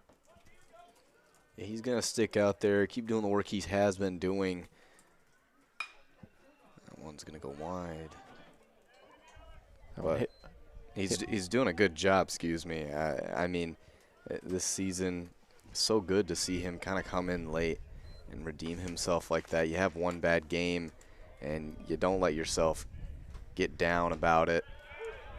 And there he goes, gets another strike. I mean, a great player and doing a good job so far today. Yeah, and to that point, again, Algren, didn't have a great start to this season, but continued to keep his confidence up. The coaching staff kept wanting to go to him, knew what he had in that arm, and again, he's been rewarded with a few really big performances as he catches the inside corner, freezes Sapienza. That's the first out here in the 5th. Yeah, and that was nice. Now at the plate, number 47, Way to Alexander make Kalamazoo. me look good, too. Talking about how great he's been playing. Nice few pitches there from him. As Algren, through his first 4 appearances this season, he had given up multiple runs in all of them. His ERA on the year stood at 12.54. Oof. But then back-to-back scoreless outings helped start driving it down. It's gotten down to 5.60 now on the year. But again, if you look back, since that game against Oberlin on March 9th, one more out-of-conference appearance against Elmhurst, and then through MIAA action, that ERA down around 3, much better, and really what you're looking for out of just about any pitcher, but especially one who you rely on to get you through the middle innings of a lot of games. Yeah, and stats, while they tell you that overall story, if you're not looking at game-to-game basis, you can't tell how much of an improvement players can make and have been able to make, especially in Algren's case. That last foul ball makes this a 1-2 count now on Kavalik.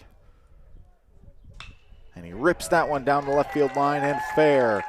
That'll get all the way out to the corner. He's going to hustle on first, head for second, and have a stand-up 1-out double. Yeah, nice hit, good placement there, and gets him to second. That's nice right now. Batting, number 2, See if they can get some more guys back to home plate this inning after a scoreless one. For Kavalik, that's his team leading 14th double of the season.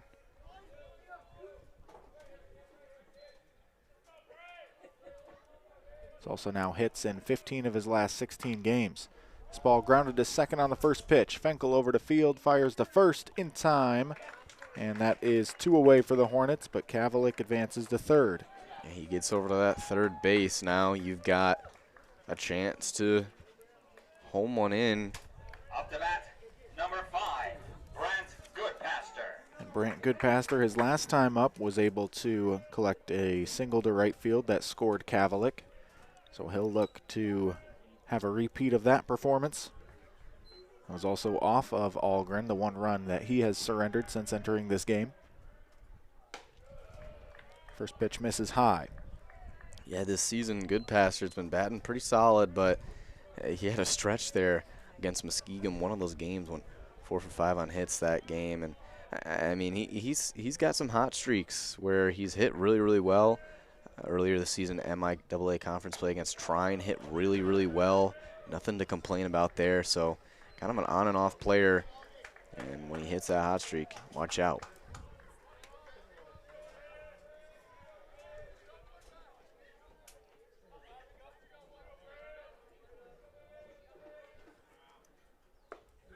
Takes strike 1 there, makes the count 2-1, and for Goodpaster, like you said, the hitting kind of comes and goes in bunches, but what has been consistent is his fielding out at second base. Just 3 errors on the year, a .974 fielding percentage.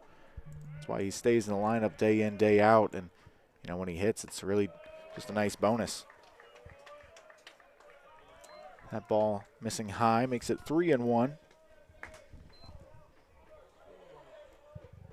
Algren trying to avoid his second walk of this game after walking Kavalik to lead off the third.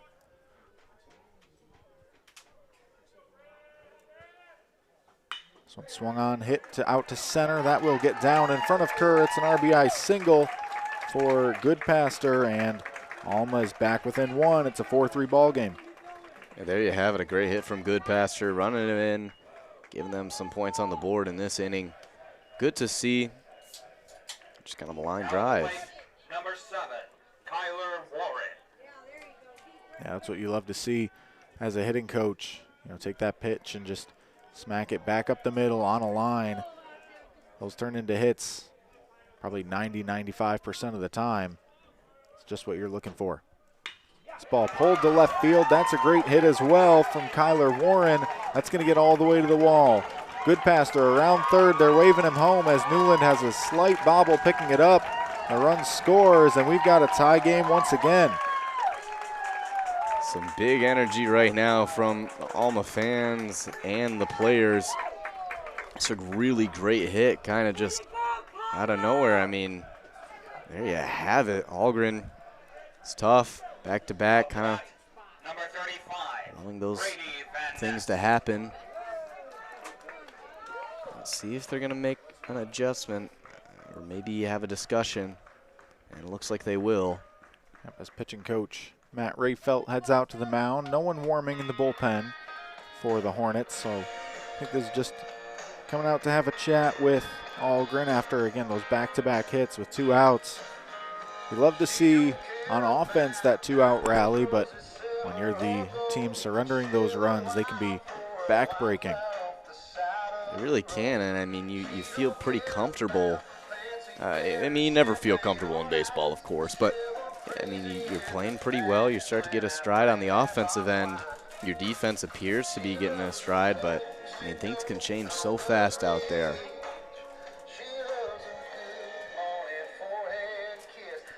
Home plate umpire Chad Williams coming out, make sure that meeting gets broken up. Rayfelt will head back to the dugout, and Alma's next hitter, Brady Van Nest, will step into the plate. Van Nest hitting .357 on the season, but popped out and struck out his first 2 times up today.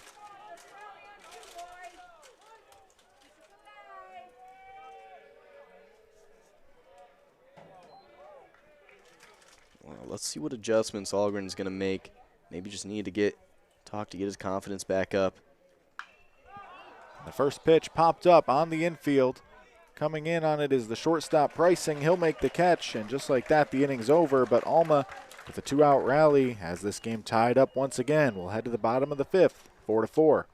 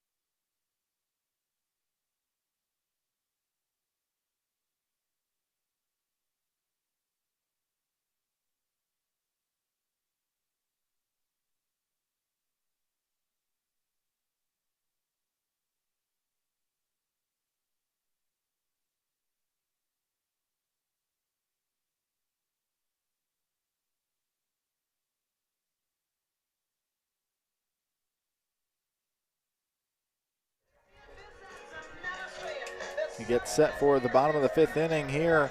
Good crowd on hand here at Woodworth Field. The seating area in front of us, mostly full, along with got a contingent of Alma fans parked down the right field line and several Kalamazoo fans and parents out beyond the center field wall as well. It will be Ryer Reinhardt leading things off here for the Hornets in the fifth. First pitch fastball just high, 1-0. Hornets first baseman had a single plus error his last time up. That brought home Cade Pricing. That tied the game at 2-2 in the third. The Hornets added 2 more in the fourth, but Alma responds with 2 in the top of the fifth. We're tied once again. That pitch misses low. 2-0 the count now. And Reinhardt, of course, you know, yesterday, tough one at Alma, and already the whole team kind of looking to get out of that funk, hitting-wise. And there you have it. She's going to get walk. So no chance for a hit. Or hear the crack of the bat, I should say. I must have missed the pitch. I thought that was only the third pitch of the at-bat, but it's a 4-pitch walk to Reinhardt. 13, Caleb Moore. So Caleb Moore steps in now. Flown out to right and struck out, looking for his first hit of the ball game. First pitch inside, but breaking ball got just close enough to home plate to not hit him. 1-0 the count.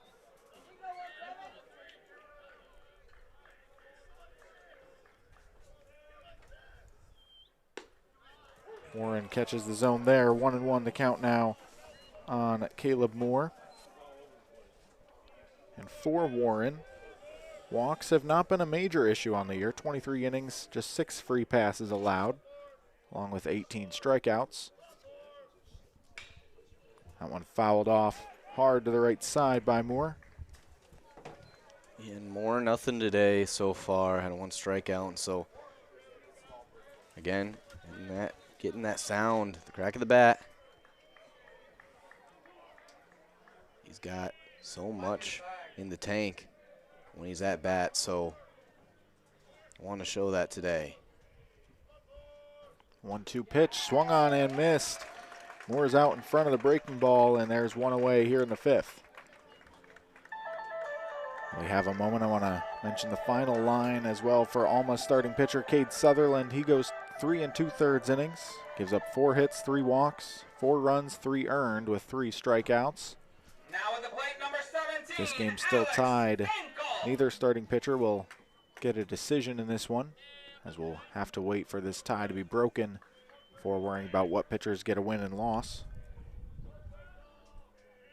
Alex Finkel, 1 for 2 so far today into the batter's box here, takes strike 1.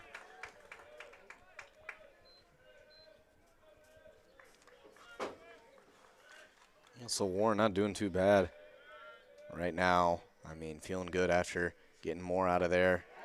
And then after that, I mean, another great opportunity for him. Quickly 0-2 on Finkel as Warren has really locked back in after each of his first 5 pitches this inning missed the strike zone. Ooh. But this one hits Finkel. So he'll head to first with the hit by pitch, and Reinhardt advances to second. Yeah, always a little worrying to see, but there's been a couple getting close. Thankfully, Finkel just walks it right off.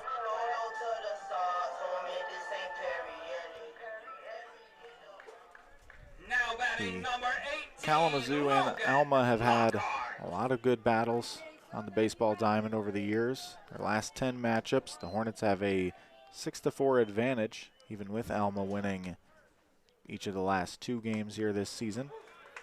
Strike 1 across to Logan Lockhart. Last time that the Scots were able to sweep the Hornets in the season, well, they actually played 4-game series back then. So in 2018, Alma won the first 3 games, as this one's lined right back to the pitcher. He's going to make the catch and flip, turn to second to get Reinhardt, and that'll end this inning. Great reactions from Warren on the mound And we're through 5, still tied at 4 between Alma and Kalamazoo. Don't go anywhere. We've got more thrilling baseball coming up.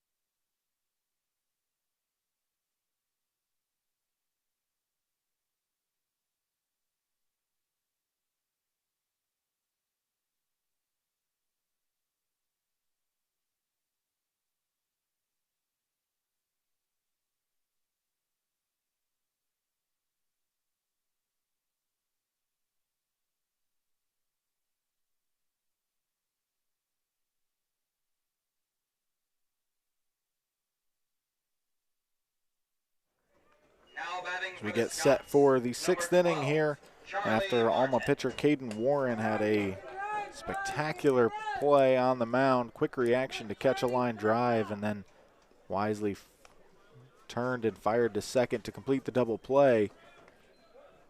Now back to work on the mound is Robert Algren for Kalamazoo. First pitch, strike, as Charlie Martin did not complete the swing there. Yeah, and looking back at some of the old freshman year of Algren, actually played pretty well. I mean, 46 innings pitched, more than he has this season. He got a lot of appearances, a couple games started. I mean, he's did well. So, I mean, that is the kind of thing they saw in him, that potential. And this year, showing that. That pitch runs inside and hits Charlie Martin. So after the Hornets drew a hit by pitch in the bottom half of the 5th, now they deliver one here in the top of the 6th. Up the bat, number 23. Brings Justin Diaz up to the plate. What I find really interesting about Algren is, this year he's been such a strikeout specialist.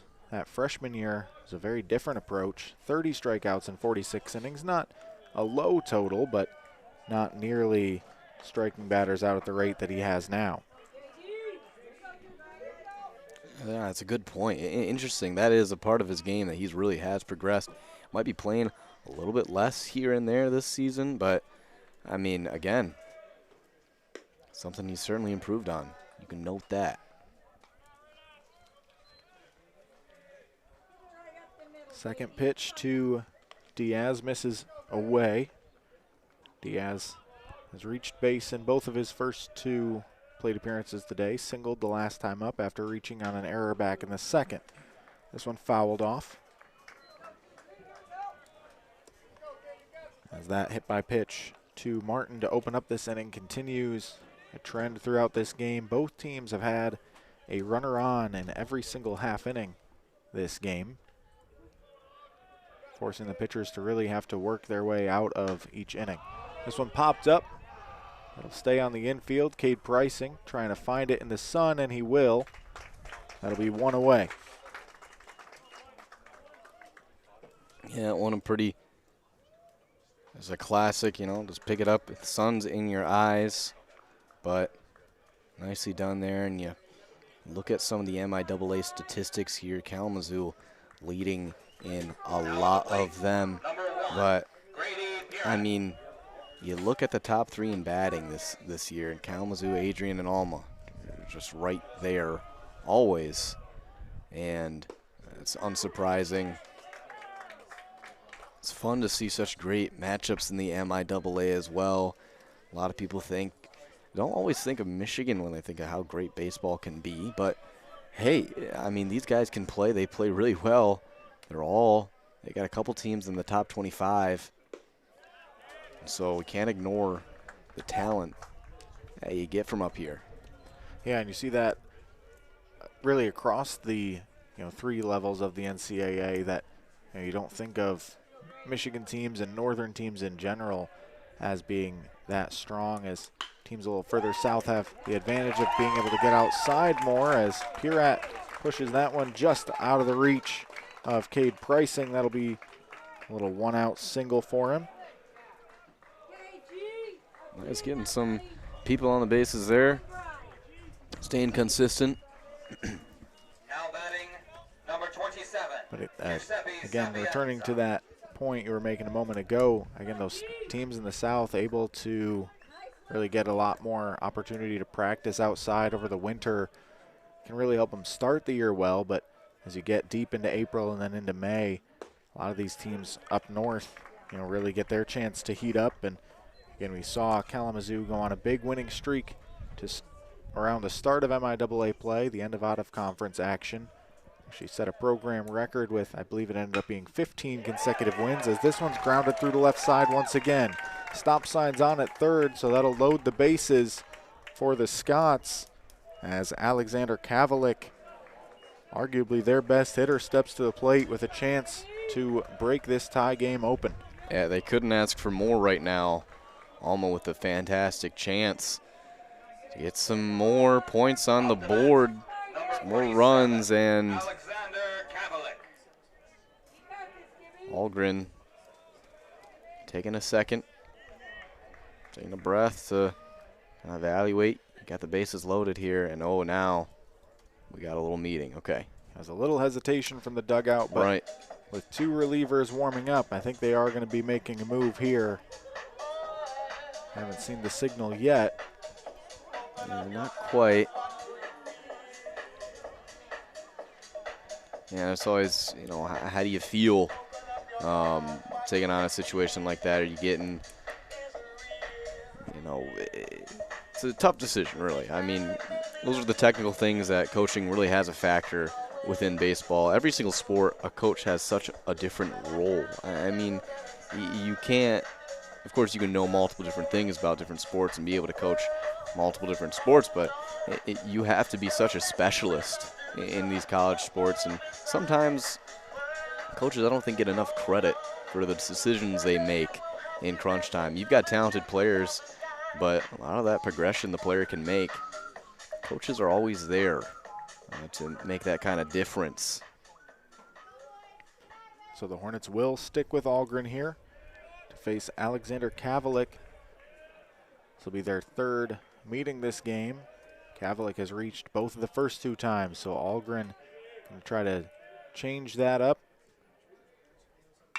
And this first pitch hit hard out to center. Kerr going to come in and make a sliding catch. Runner tags from third, and it'll be a sacrifice fly. So Alma gets the lead, but Kavalik retired for the second out. Yeah, not the worst outcome they could have gotten there. A really good hit, but a really good catch out there from Kerr. So Now at the plate, number 2. That's something Kerr has really impressed throughout this season, as well as with that glove. Start of the season, again, he was kind of splitting playing time with Cameron Kelly out in center field, and saw Kerr in right field at times as well, but that defense that he provides out in center field has really been a difference maker.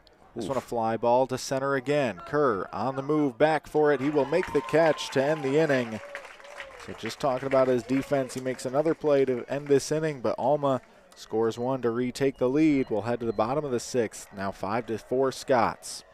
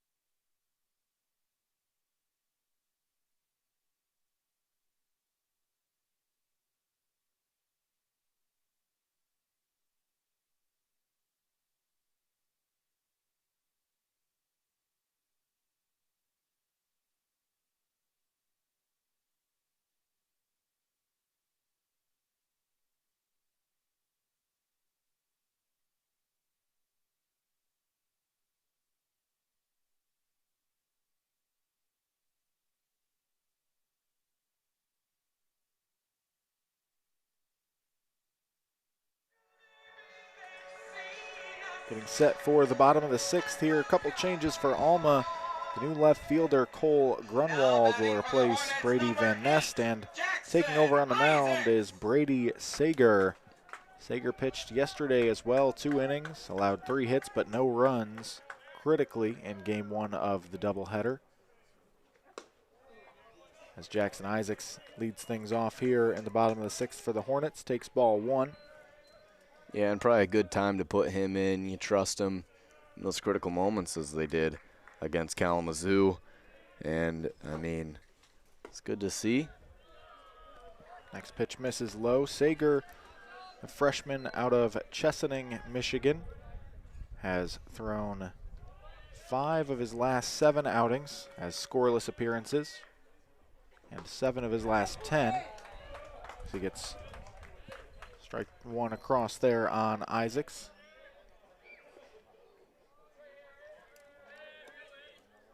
And this guy in high school, I mean, this is his first season on this Alma team as he gets another one there.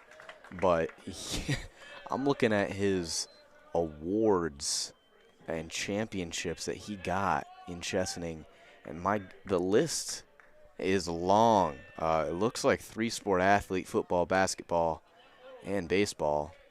You see Isaac kind of limping off. Might have got hit a little bit, but fouled that pitch off of himself, but he'll walk it off. This guy, I mean, you're seeing it too. Whole lot he has accomplished in high school, so just kind of an athlete.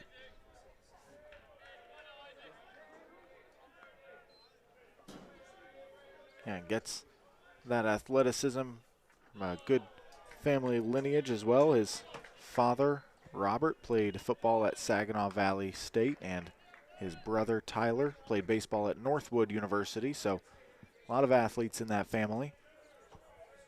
And Sager, as a freshman, has already become one of the more trusted options out of the bullpen for the Scots. This ball swung on, fouled off by Isaacs, so this battle continues as we've got a full count. Yeah, it's good to have those young guys on the team you can trust to be on the mound or even anywhere on the field, of course. But it kind of reminds me of what we were just talking about with Algren, kind of like bringing them in, seeing what they can do, and with so much time to keep improving. As there, Isaac's going to go head on to the first base. This will be his second walk of the game.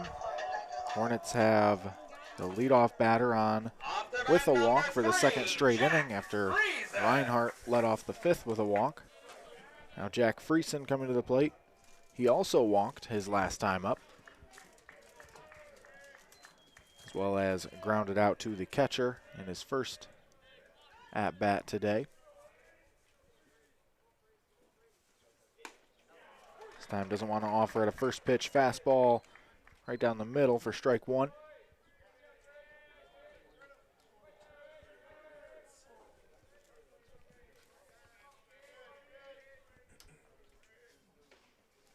This one swung on, grounded to shortstop. Up with it, over to second for 1, to first, and that's in time for the double play. Well turned by the Scots defense.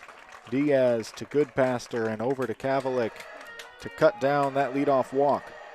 Yeah, Alma has had a couple really nice moments today, making those huge differences, and a clean double play. Looked great. Just well done there. Yeah, that's exactly what you want. I've talked a little bit about the defense of especially Diaz and Goodpaster. That double play combo up the middle gets it done there. Austin Kerr fouls off the first pitch back to the left side. He has doubled and walked in his first 2 plate appearances today, improving on an already incredibly strong .579 on base percentage for the season.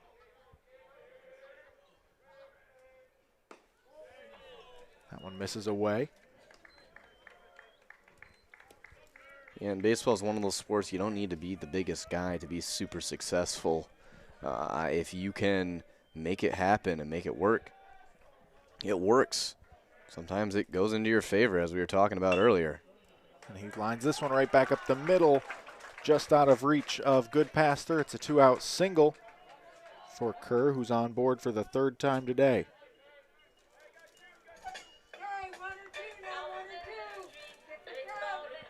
That'll bring Cade Pricing back to the plate. He also has 2 hits so far today. He'll look to turn this into a 2-out rally as the Hornets look to overcome this 5-4 deficit. Yep, playing well today. Doing well this season, of course, but we'll see if he can keep up. First pitch misses high and tight. Yeah, that was a close one. Since Pricing spinning out of the way. To your point, Pricing having a very productive season, hitting .356. He came around and scored a run in the third. That's his 50th run scored this season. Swings and misses here, even up the count at 1-1. Yeah, really going for it there. You don't mind seeing that. And when you're down right now, you still got time, but I don't mind a swing like that. As I was starting to do my research for this game, looking at the Hornets stats as this one's flied out to left field. Going back, switching his position, and it's over the head of Grunwald, freshly into the game. Coming all the way around to score is Kerr. It's a 2-out RBI double for Pricing. A big-time hit, and Pricing, he's been in the leadoff spot most of the year this year. Not a spot you typically associate with a run producer, but that's his 34th RBI of the year. Yeah, that's all you can ask for out of him right now. I mean, we're talking about how he's swinging at it, and there you go. Real deep. Works out for him well. We're all tied up again here, Colin.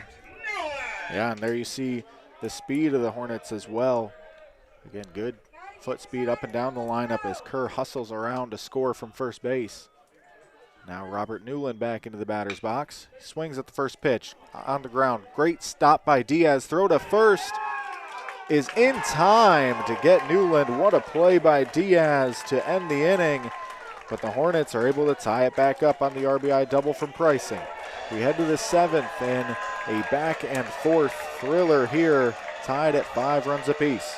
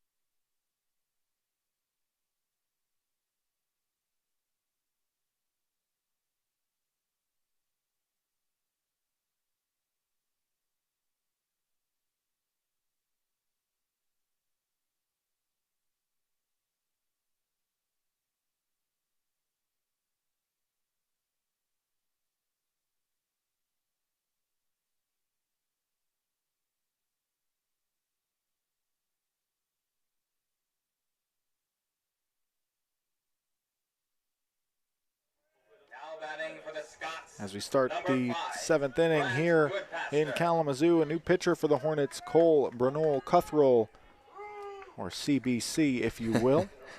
Yeah, indeed, CBC. known him for a little while now, of course, being in the same grade, living in the same hall as him, actually. And a great guy. There you have it. Coming into the game with a strike. Talked to some of his teammates about his pitching style, and he's kind of got a bag from the sound of it. He might not be the quickest pitcher, but he can really switch it up on you. Yeah, that long, lanky left-hander really drops down, not quite sidearm, kind of a 3/4 arm slot, but gets good extension on it. This one's hit in the air out to right center. Coming over to make the catch is Austin Kerr, and there's one away here in the 7th. So for Bernal Cuthrell, the sophomore out of Southfield, Michigan, currently owns a 2.42 ERA across 16 appearances this season, totaling 22 1/3 innings with 20 strikeouts.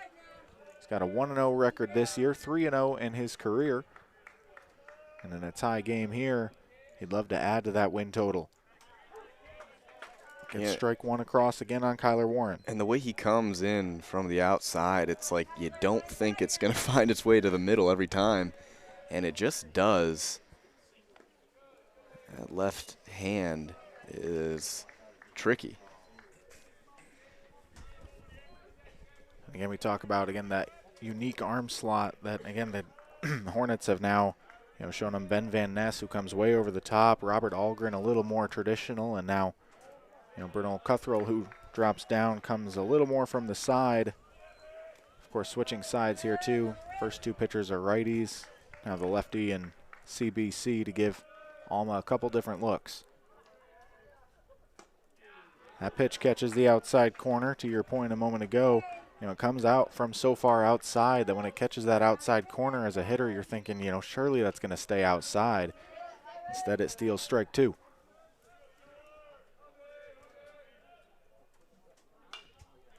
This one fouled back. We'll do it again. And you like to bring him in kind of late game because you have some of these hitters who have been adjusted to the pitcher. I mean, Van Ness was only in for a little while, but Algren in particular kind of getting used to that pitching style. Now you got to adjust to CBC. There you have it. Strike out. Gets Warren looking at that one, froze him with a fastball that ended up coming right through the middle of the plate. Now Cole Grunwald, we'll see, take his first at bat of the game after entering as a defensive replacement last inning. Takes the first pitch low. Grunwald on the season has been in the lineup quite a bit. 25 games, 24 starts. He's hitting .295 with 4 doubles, 2 triples, and 1 home run. Another ball low makes it a 2-0 count.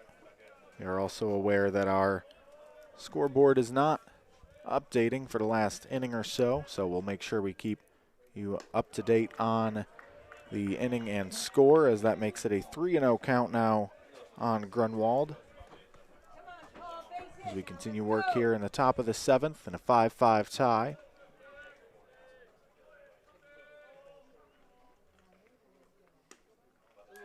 And there's strike one. Yeah, and Grunwald kind of all over the place on the stat sheet, does a little bit of everything. Was able to pitch yesterday against Kalamazoo. Did a solid job, but now he's got a nice one there. Let's see what Kalamazoo can work with. Cade Pricing almost tried to make a spectacular play there. Couldn't quite get it done. It'll be an infield single for Grunwald.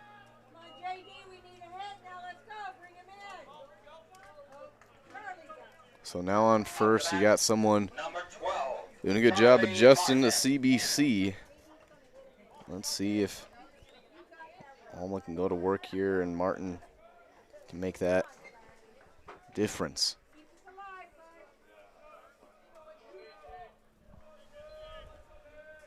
To your point on Grunwald, both of these teams featuring a strong two-way player. Hornets have Logan Lockhart out in right field as this one's poked to left by Martin. That's going to get to the warning track, cut off by Robert Newland. They're going to send Grunwald to the plate. The relay is not in time, And Alma is back on top, 6-5. Another two-out rally brings home another run here for the Scots, who have now scored each of their last 4 runs with 2 outs. Martin just kind of flipped a switch there. Oh, man. Changed this game every single inning so far. A lot of lead changes, high scoring. But that's how these games have been this weekend. Close and high scoring. As you mentioned, these have been 2 of the top offenses in the MIAA, so you expect those high-scoring battles.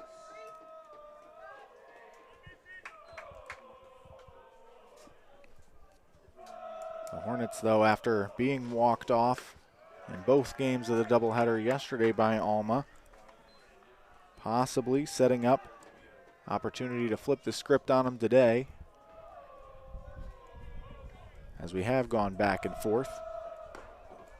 And there's strike 2 on a breaking ball that catches the plate to Diaz.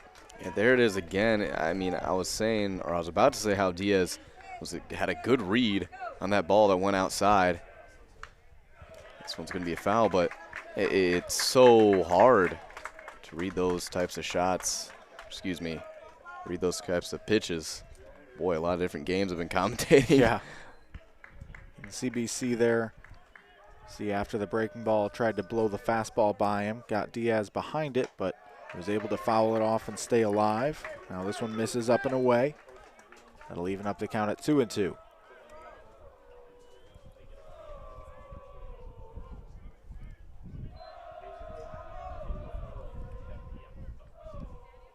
That pitch in there freezes Diaz. It's 2 strikeouts on the inning to get out of it, but Alma adds on 1 more, regains the lead. It's 6-5 Scots as we hit the 7th inning stretch.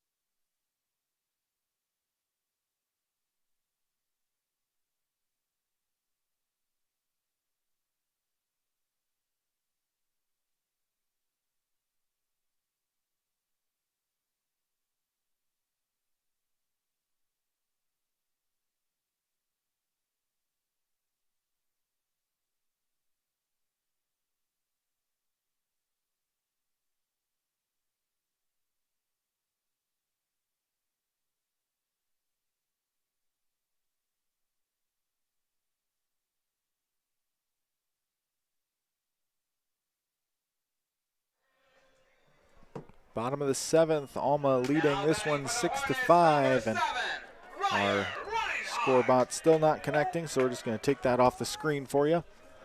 New pitcher for Alma, number 30, Evan Litwiller, a senior from Ashley, Michigan. He has been very strong coming out of the bullpen this season for the Scots. First pitch here, though, gets away from him behind the head of Ryer Reinhardt for ball 1. Huh. I mean, it happens sometimes, and he was able to pitch a little bit yesterday, as you mentioned, and did a solid job, 3 strikeouts for 2 innings. He's got one there. Nice strike. He kept the Hornets off the board for the last 2 innings of Game 2 of yesterday's doubleheader, which allowed Alma to complete that walk-off victory. Gets strike 2 now on Reinhardt. On the season, Litwiller in 17 appearances has 22 2/3 innings of work, surrendering 21 hits, 8 walks, 16 runs, 11 earned, with 19 strikeouts. It's good for a 4.37 ERA. Reinhardt lifts this one in the air to left field, but settling under it is Grunwald, and that will be out number 1. Yeah, so I mean, now we know Litwiller is in there for a reason. Late game situation, you see CBC for Kalamazoo come in. Now you see Litwiller. It only makes sense. Simple equation there, especially with how he did well against the Hornets this weekend.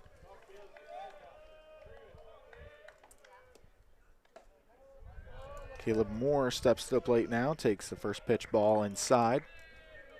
Moore still looking for his first hit of this ball game. Flied out to right and struck out twice. This one inside and just brushed him on the arm, so a hit by pitch. And Moore will head down to first base. Yeah, that's the second pitch that's been kind of close to the hitter, the batter, and I mean, I know he'll clean it up, of course. Just got out there. 17, Alex Finkel. And now with Fenkel, good chance for him to switch it up. The other side of the box there. Left-handed hitting Alex Fenkel. Takes a ball outside. Fenkel was hit his last time up. Also has a single and strikeout today.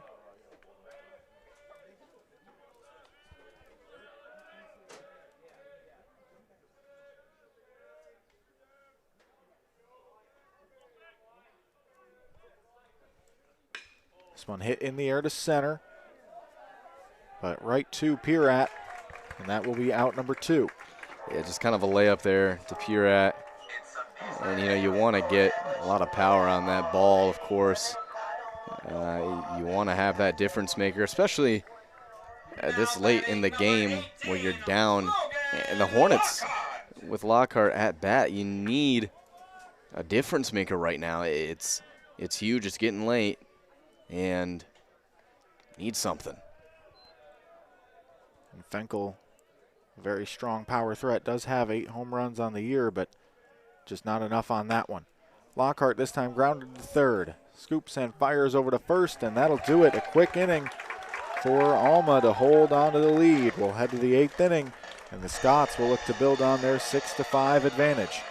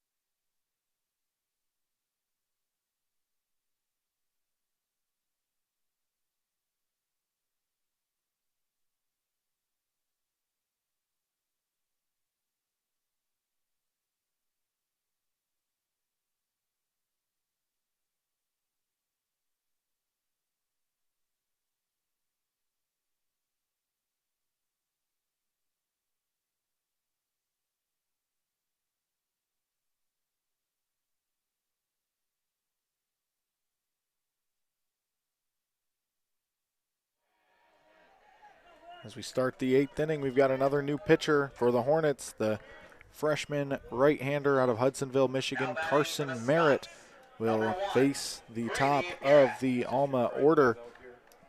Yeah, statistically, this guy has not done bad at all. Hasn't played a whole lot, but, I mean, he's out there making a difference, that's for sure. He's come in at some pivotal moments, really, and done some good work. Yeah, the team's trust in him has really grown as the season has gone on, and he's continued to have good results out on the mound. Each of his last 6 outings, he has not allowed an earned run, did have one unearned on April 17th against Hope. Yeah, man, if you really think about it, the trust that you got to have in this guy right now, you have a lot on the line, getting late in the game. You can't give up any more runs. You want to be comfortable as he gets strike there. So it's pretty cool to see a freshman like him out there in a pivotal situation like this. Yeah, I was just about to make pretty much the same point. The message to Merritt here, down 1 run in the 8th inning is, keep us in this game. Don't let them extend the lead. As Pirrett squared to bunt but pulled it back, so now 3-1 the count.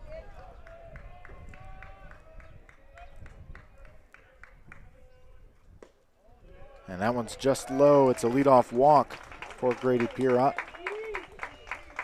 Yeah, don't doubt Merritt will clean that up. I mean, just some good reads there. And able to get that walk, so. Yeah, a lot of close pitches that Pirrott just wouldn't offer at. For Merritt, walks have not been a big issue, just 4 allowed in 15 1/3 innings on the season. This one grounded foul by Sapienza. Merritt's also struck out 14 hitters, including 2 strikeouts in each of his last 2 appearances.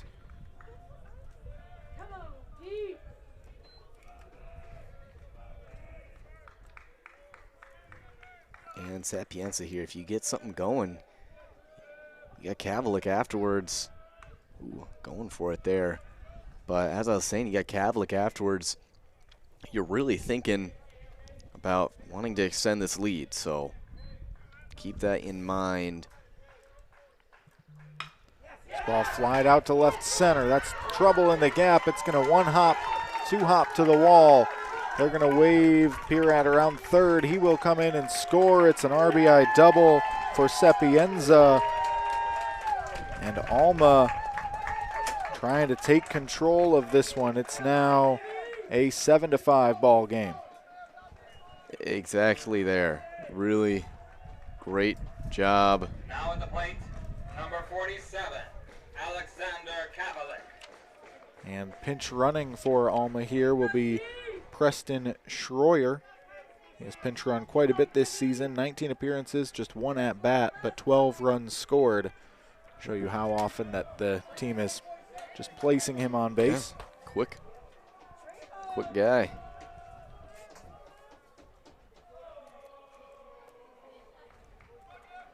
And this is where I think Merritt can really be tested. I mean, you have a little bit of a rougher time pitching there, but now you got to maintain your cool. First pitch fouled straight back by Kavalik as he was just underneath it.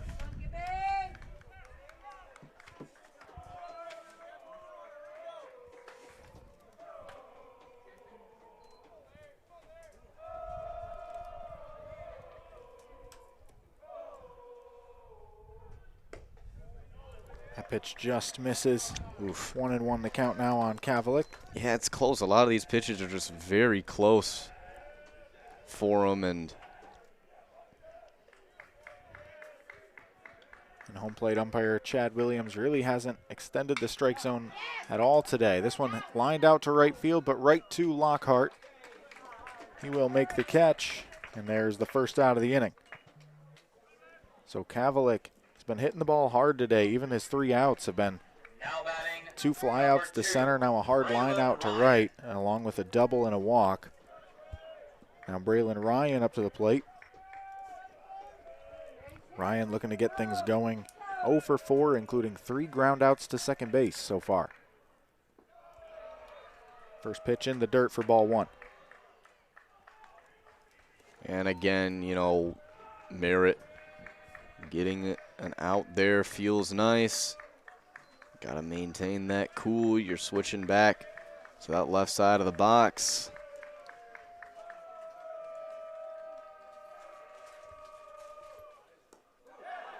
That pitch hit him on the foot. So Ryan will head down to first base. We'll have to go get Schroyer back as he was headed to third thinking it was a wild pitch, but the hit batter, dead ball, cannot advance. Up the bat, number 5, Brent Goodpaster. So Goodpaster back to the plate now with 2 on and 1 out. Oh, looks like Moore's heading up there. As Moore and Reinhardt will both come in for a chat with the freshman Merritt. And now the pitching coach, Ray Felt, coming out, and it'll be a quick move if they make it, and they will. Oh, man. So Merritt faces just 4 batters, a walk, double, line out, and hit batter. Yeah, you know, maybe just not his day. It happens. You're in a tough situation as well. He's got so much time to grow, and when you're in a tough situation against a team right now that has been dominating.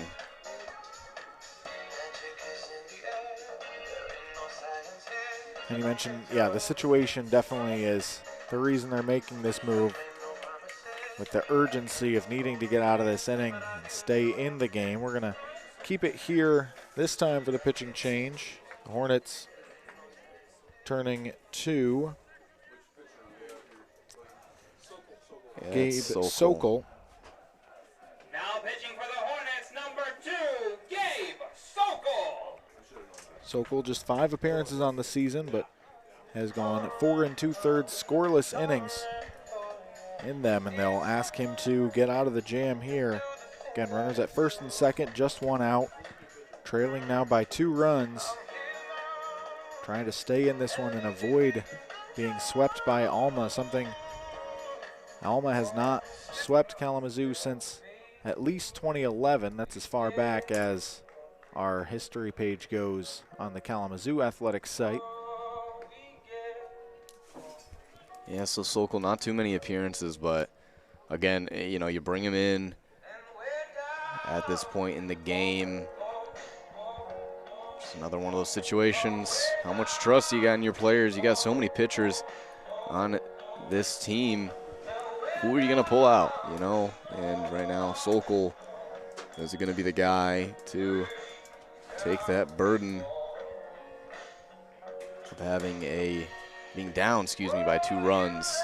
So we'll see what he works with and how he works with all of everything that's going on.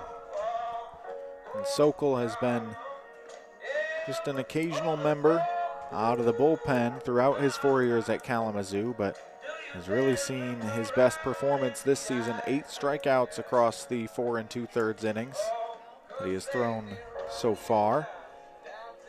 And they'll be tasked with retiring Brant Goodpaster. My goodness.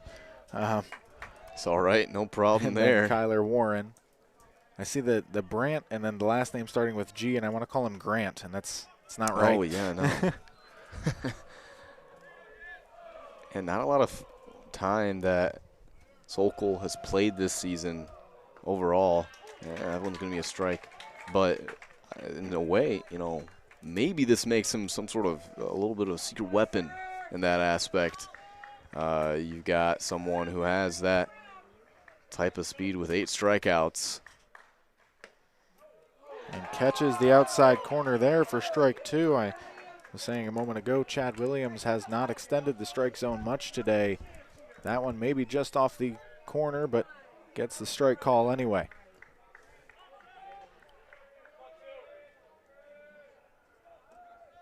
And for Sokol, really wasn't pitching much at the start of the year. This one grounded just foul down the third base line. Sokol had just 1 appearance through the team's first 14 games, but then pitched against Carleton and now has made 3 appearances. This is 4th in conference play, pitching against Trine, Albion, and Calvin. Again, yet to surrender a run this season.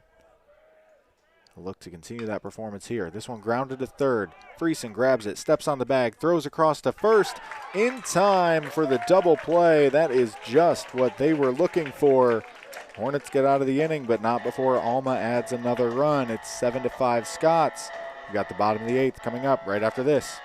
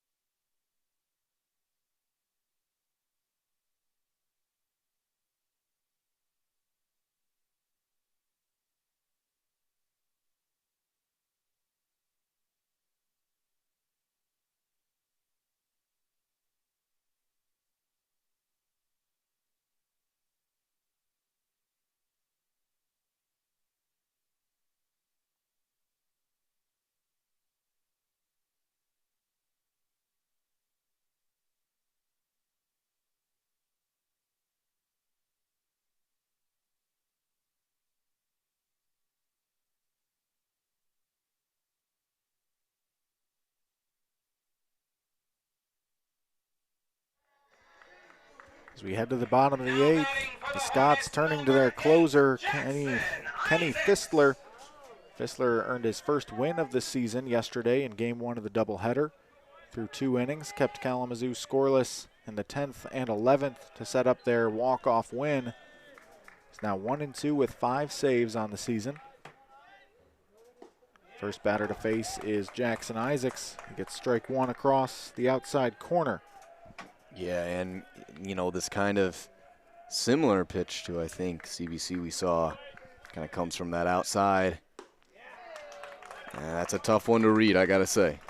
Yeah, just a little lower even than CBC. I'd say he's more of a true side armor.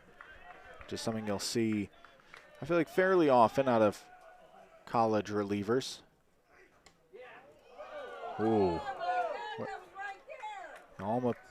Alma fans in attendance wondering where that one missed. I'm kind of wondering that myself, but I think he's calling it high there to make it 1-2. That one up and away. 2-2 the count now on Isaacs. And with all the modern day technology with those calls, you know, having that kind of eye view, hard for some people. That one ripped on a line to second base, but caught by Goodpaster. Good contact, but wrong spot for Isaacs. There's one away in the 8th. And coming in to pinch hit now for the Hornets is Clay Cook. This is 32nd appearance with just 5 starts on the season. Cook, a regular player off the bench. He's hitting .342 on the season with a .444 on base percentage.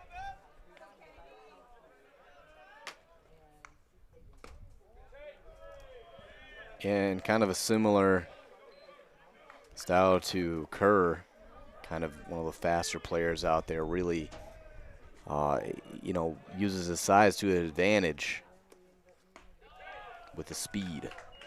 Yeah, I really like when they put them all in order like this too. Cook, Kerr, and Pricing, the 3 shortest players on the team, really make it tough on an opposing pitcher. But that time finds the strike zone. 2-1 the count now on Cook.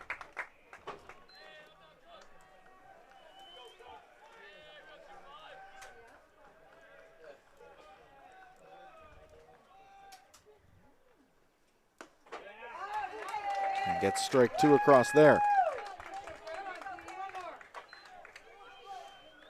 It's another way that sidearm delivery can mess with your head as a hitter. It looks like it's coming in on you so hard, but it's got a long way to go to come in from that way outside delivery point and just stayed on the inside edge. And Cook, I think, had to save that one, as you were just saying. It was coming in, but it was going to go find the box. So good job by Cook there to even get his bat on it. It's a decent read. And just gets a piece of that one. So he stays alive, battling now with 2 strikes. 2-2 count. As Kenny Fistler, the second team All-MIAA reliever from a year ago, continues working here for Alma. Another foul off by Cook. So he won't go down easy. Yeah, he's swinging. It's what you like to see. It's work today for the Hornets. When they start to swing, they get people on bases. Can't be hesitant.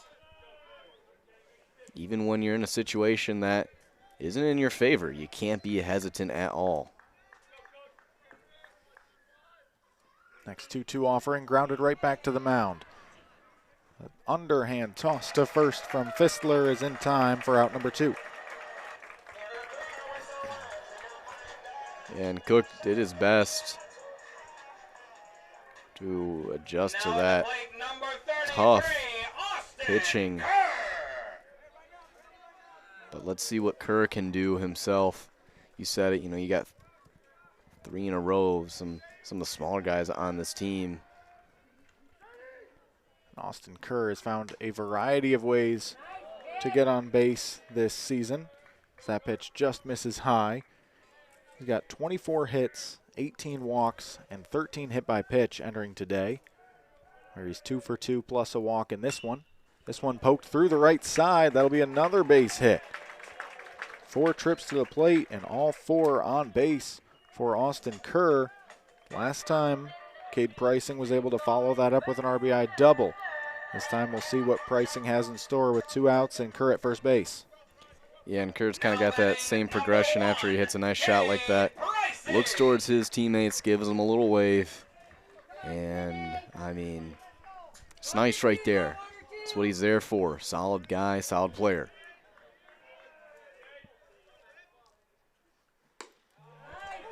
Strike 1 across on Pricing. And, if you're deep into baseball like I am, the lineup construction very interesting as well. Austin Kerr, batting 9th for the Hornets, and in a traditional sense, you might think your weakest hitters go at the bottom of the order, but a lot of teams like to sneak a good hitter down there at 9th, as this one's off the heel of the glove of Diaz.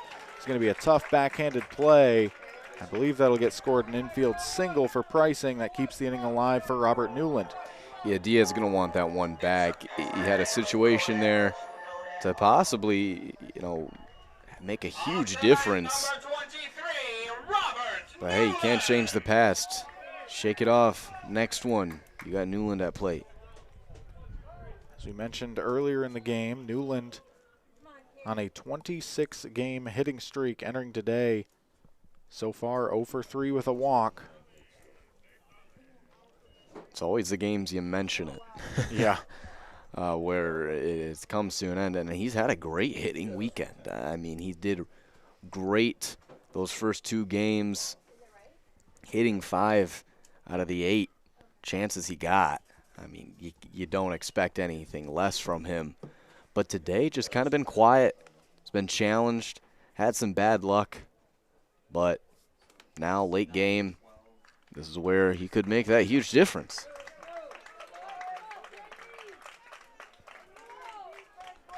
So after the mound visit from Alma's head coach, Jason Crane, we're going to be ready to go again here as they've talked over this at-bat against Newland. Again, such a strong performer throughout the season. He does have a walk and an RBI today, so not not all bad at the plate from him today.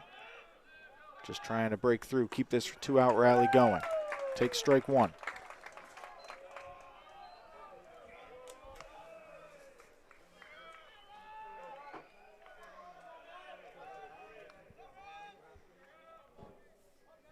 Fissler ready, the 0-1 pitch, just a touch low, 1-1 now.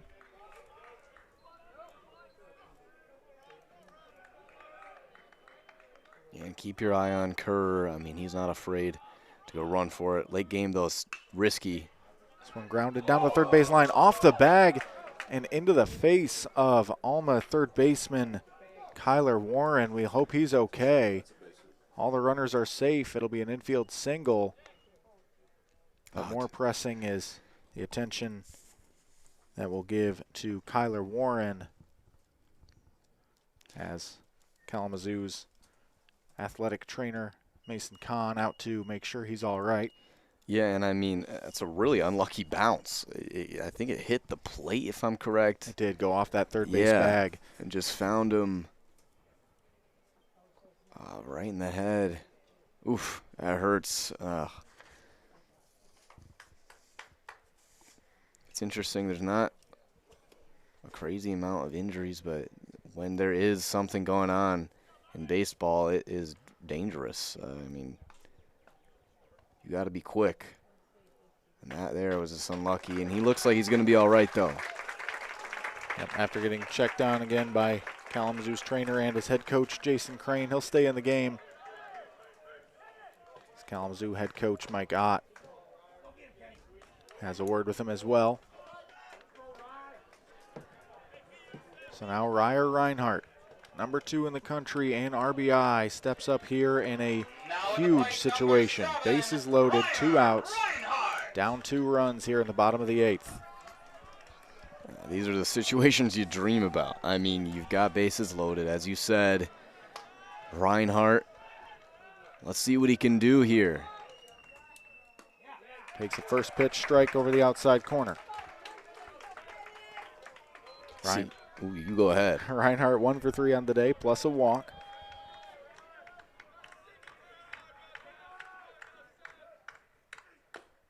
I was doing my look into the stats for the team coming into this game. I realized Ryer Reinhardt somehow has fallen, well, fallen is the best word I can think of off the top of my head for it, to 7th on the team in batting average, but it's still at 348 as this one is to the second baseman, able to glove it, but no play. Throw to the plate is in time, so 1 run scores, but Pricing trying to come home on that single is cut down at the plate.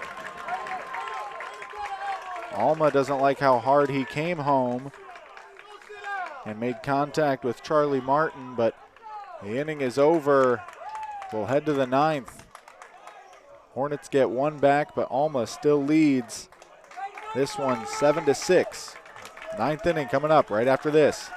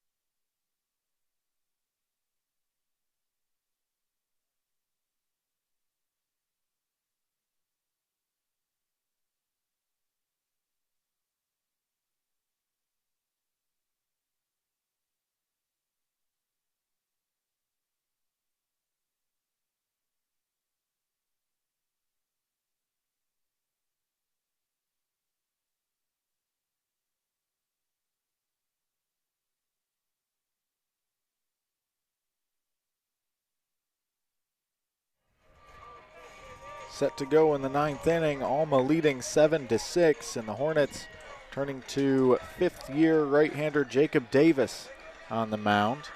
This year, Davis has 8 appearances, 7 starts. His first time out of the bullpen, he earned a save. This time, the job is to keep Alma just 1 run ahead, get them to the 9th inning, still needing just 1.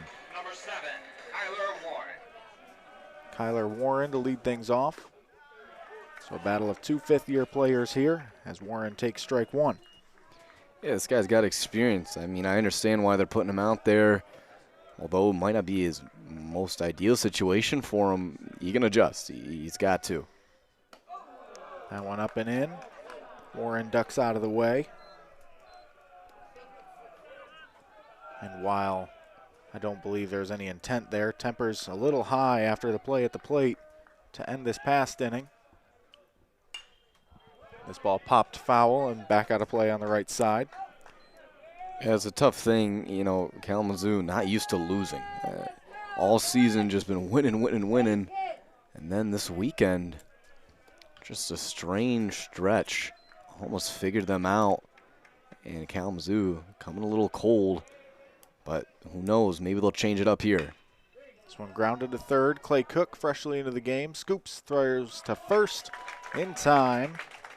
And so there's the first out here in the 9th. And to your point, this Alma team, you know, they've scored in 6 of the last 7 innings. You see our 7-6 score, and you think, oh, surely someone's had a big inning, but it's really just been consistent offense throughout the game from both sides, scratching across 1 or 2 runs at a time. And the challenge has been to keep either side off the board for an inning. Yeah, and that's really the best baseball, is when, you know, you can get those really fun, huge plays, but consistent, slow and steady, slow rise. Who's going to come away with it? That's where I personally think it's the most fun, but, you know, you have your own ideas there. As someone who played baseball growing up, and I was a strong fielder, but couldn't really hit much. I've always been a big fan of a pitcher's duel, but Ooh. you don't see those as often in college baseball as you do in the pros.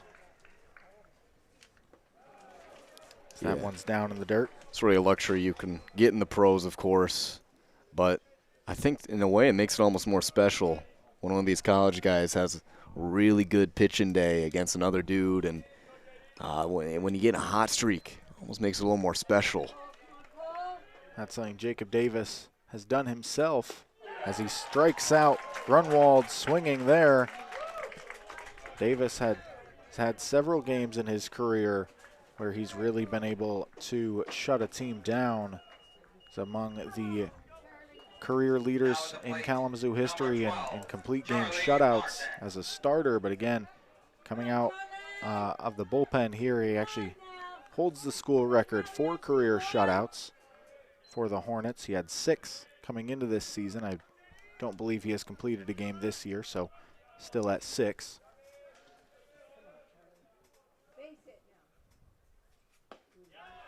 So he gets strike 1 across on Charlie Martin, and you know, as you mentioned, when he stepped on the field, it's that adjustment to a new role and really just a willingness to do what the team needs. He still has worked as a starter much of the year, but when they need big innings out of the bullpen, he's been ready to step up. Yeah, and he's got a polished game. You know, there's not too much of a loaded bag. When you've got so much experience, it's easy to kind of come into your own. I mean, we saw Merritt at the plate earlier, who's starting to come into his own, still a freshman.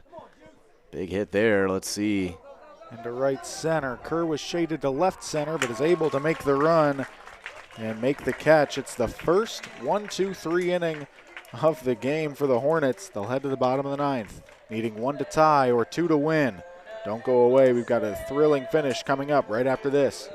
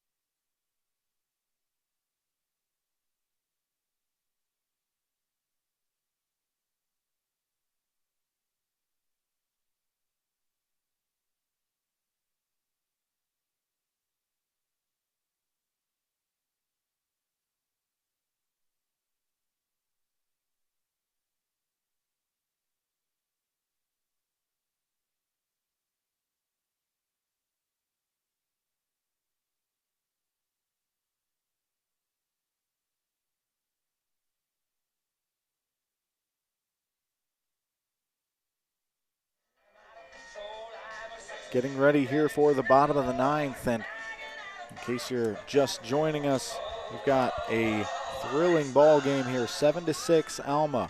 What's on the line in this one? Alma trying to sweep Kalamazoo for the first time since at least 2010. That's as far back as our game-by-game records go here at Kalamazoo College. And also some of the top spots in the MIAA. Adrian beat Olivet earlier today, so the Hornets can stay tied with the Bulldogs if they win this game. But if Alma wins it, they'll move into a tie for second with the Hornets. So the top of the MIAA still very much up for grabs as Caleb Moore leads off the bottom of the ninth for the Hornets, trailing by 1. Next pitch in there for strike 1. Yeah, clean by Fistler. Doing solid right now. See if Moore can adjust. Moore hasn't gotten a hit today, so just a touch underneath that one, fouls it straight back. It will be Fenkel and Lockhart to follow Caleb Moore. As Alma, again, won both games of yesterday's doubleheader in walk-off fashion. The Hornets now trying to return the favor. Moore swings and misses that one. He strikes out, and there's one away. Tough day for Moore. And some great pitching from Fistler. This is why they put him in late. This is why he is the man out there when it comes to these situations. Off the bat, number 17, Alex And Fenkel, I mean, this is your moment. There's been so many today for both teams because of how back and forth it has been for players to kind of show what they can do under high-pressure moments.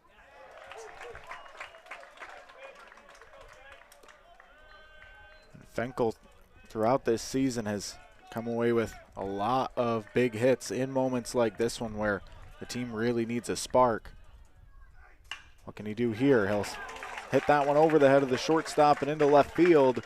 It's a one-out single, so the Hornets have life.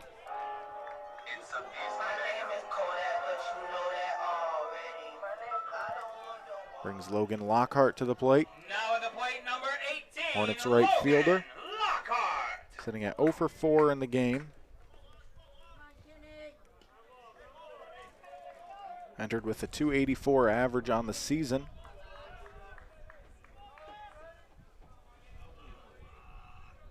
Yeah, it'd be nice to see Lockhart. Let's get a little something going. You don't need anything too crazy right now. Just build off what Fenkel is able to do. Absolutely. In a situation like this, every out carries so much weight that all you want to do at the plate is get yourself on base no matter how you can.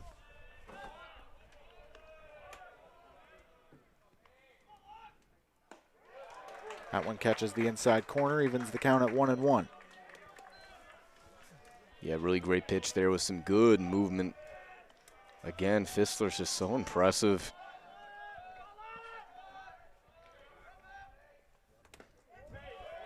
That one just inside, and a battle of a lot of experience here. Fistler, the senior on the mound. Lockhart, a senior at the plate.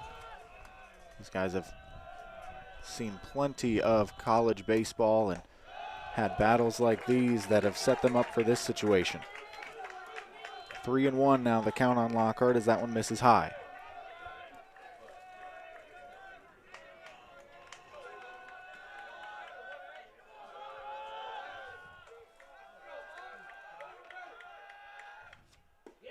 That one misses, low and inside, a walk has the tying run into scoring position for Jackson Isaacs. That works. I mean, that's simple, and it works, so. The Hornets will bring in a pinch runner here. That's JT Hill heading to first base for Lockhart, so add a little speed onto the base paths.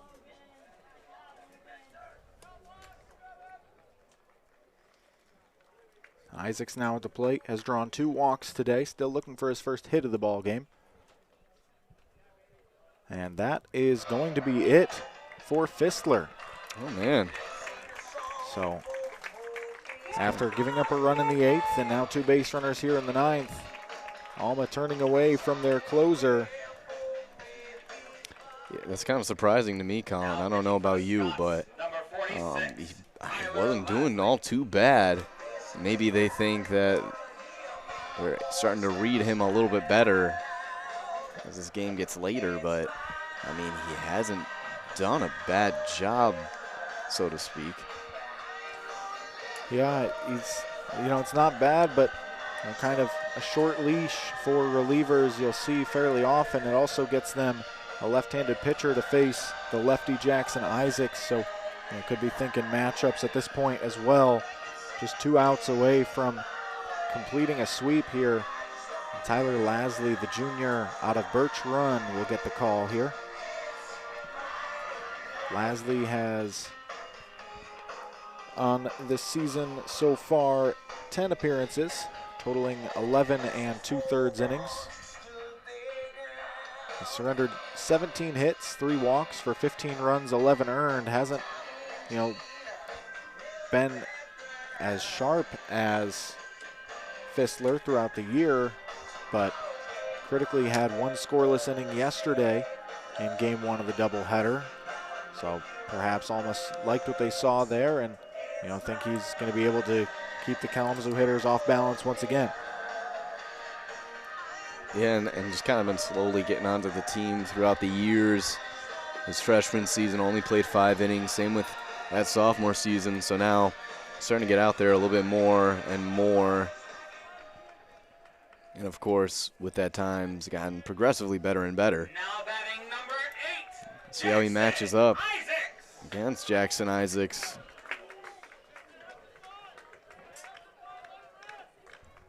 And Isaacs is a hitter that I feel like really this is a good situation for him. What he's done best throughout the season is just find a way to battle off pitches and get on base. He's hit a lot of singles as this one gets away from the catcher, Martin. Both runners move up now to 2nd and 3rd. Still with 1 away. Late game, big error like that. If Isaacs gets anything right now, the Hornets find a way to get in. I mean, we got ourselves a tie game, so that could be the difference maker as we get late in this game. Yeah, that's definitely a big swing here, as now that'll force Alma to bring their infield in as well. That one misses. 2-0 the count now on Isaacs.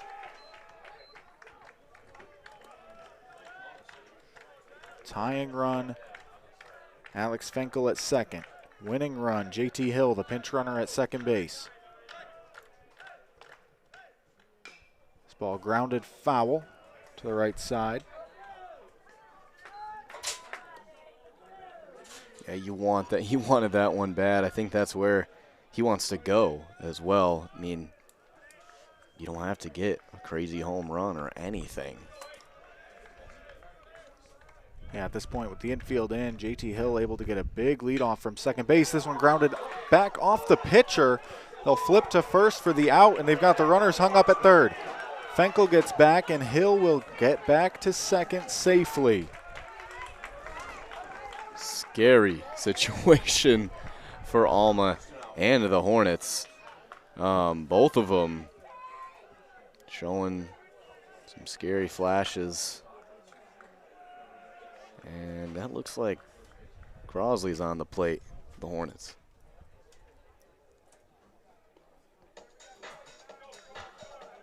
It is, in fact, Kieran Crosley grabbing a bat to pinch hit. He'll replace Clay Cook here, and man, what a moment to step into. 2 outs. If you're out, the game's over, but a base hit could win it. Crosley, 14 appearances, 1 start this season. He's 6 for 13 with 8 RBI. So the Hornets have seen him come through in some big moments before, looking for a potential game-winning base hit. For Alma, Tyler Lasley looking to close this one out. It's a cool role to have, what do you do on the baseball team? What do you play? I come in late. They make the difference. Kieran Crosley as a sophomore, having that name for himself. Let's see what he can work with. This is his time to shine.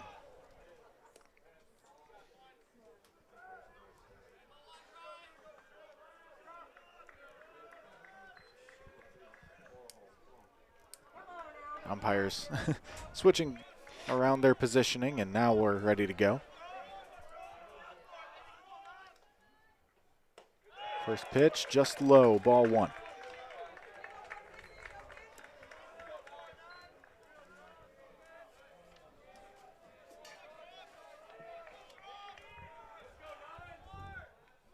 Lasley kicks and deals.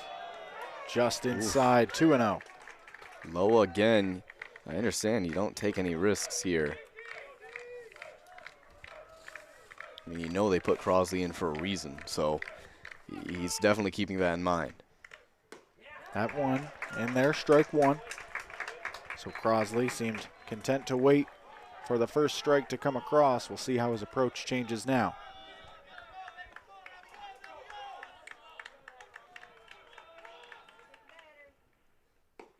That one in there at the knees, strike 2. Alma 1 out away from potentially getting 3 straight one-run victories to sweep Kalamazoo College. Kieran Crosley at the plate trying to prevent that. Tying run at third, winning run at second. That one's low, and the count runs full. Oh man, this is it right here. Crosley. Oof. Yeah. Big. You got it's if they don't get this one, makes them look a lot different. Swung on and fouled off to the right side. With first base open, a walk doesn't kill Alma. It doesn't. That wouldn't be the biggest issue. So I expect Lasley to continue trying to find right around the edge of the zone. And swing and a miss. Crosley is out, and so are the Hornets. Alma 7-6 in game 1 of the doubleheader yesterday, 4-3 in game 2, now 7-6 again in this one, and they have swept Kalamazoo College. The Hornets had not lost back-to-back games at any point this season before this weekend, and the Scots come in and make a statement. They're now tied for second in the MIAA, and what a huge swing in the standings this weekend. Wow, Colin. I mean, this is a deserved celebration from Alma. I mean, they did all they could do, and it worked. They figured this team out, got the right pitchers out at the right time, and, man, right at the end there, Crosley, tough situation, tough pitch. That's a clutch moment for Alma. Yeah, and for the Hornets, I mean, getting swept always hurts. The fact that each game decided by just one run, decided really at the last batter in each game. Think about the walk-off nature of the first two, and then this one with, the tying run at third, winning run at second base, and Alma just found a way all 3 games. For Kalamazoo, what you have to do, pick yourself up, dust yourself off. You got 1 weekend left in the regular season. Hornets will be playing Olivet. Got to recover there to get ready for the MIAA tournament coming up in just a couple weeks, because this team still has its sights set on the NCAA tournament. Their current positioning nationally almost assures them a spot, but you got to finish the year strong and really want to position yourself well for the conference tournament. You do, and I don't doubt they will be able to finish the season strong. You have close games, as you said, Colin. In a way, they hurt a little bit more because of how close they've been. But this team is hungry. They want to win. They have been winning. Don't doubt that will continue throughout the season. It's just a great team, and Alma, they figured them out. As I said, it was impressive. I really want to note how great these last 3 games they have been reading this Kalamazoo team. I don't know how they did it, but finding ways, that's for sure.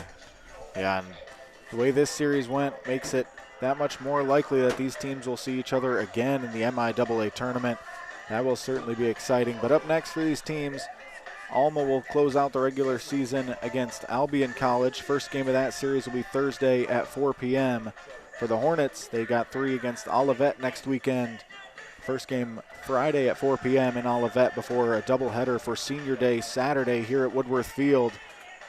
With Quentin Powers, I've been Colin Murphy. It's been a joy bringing you this MIAA baseball contest. We'll hope to see you again next weekend.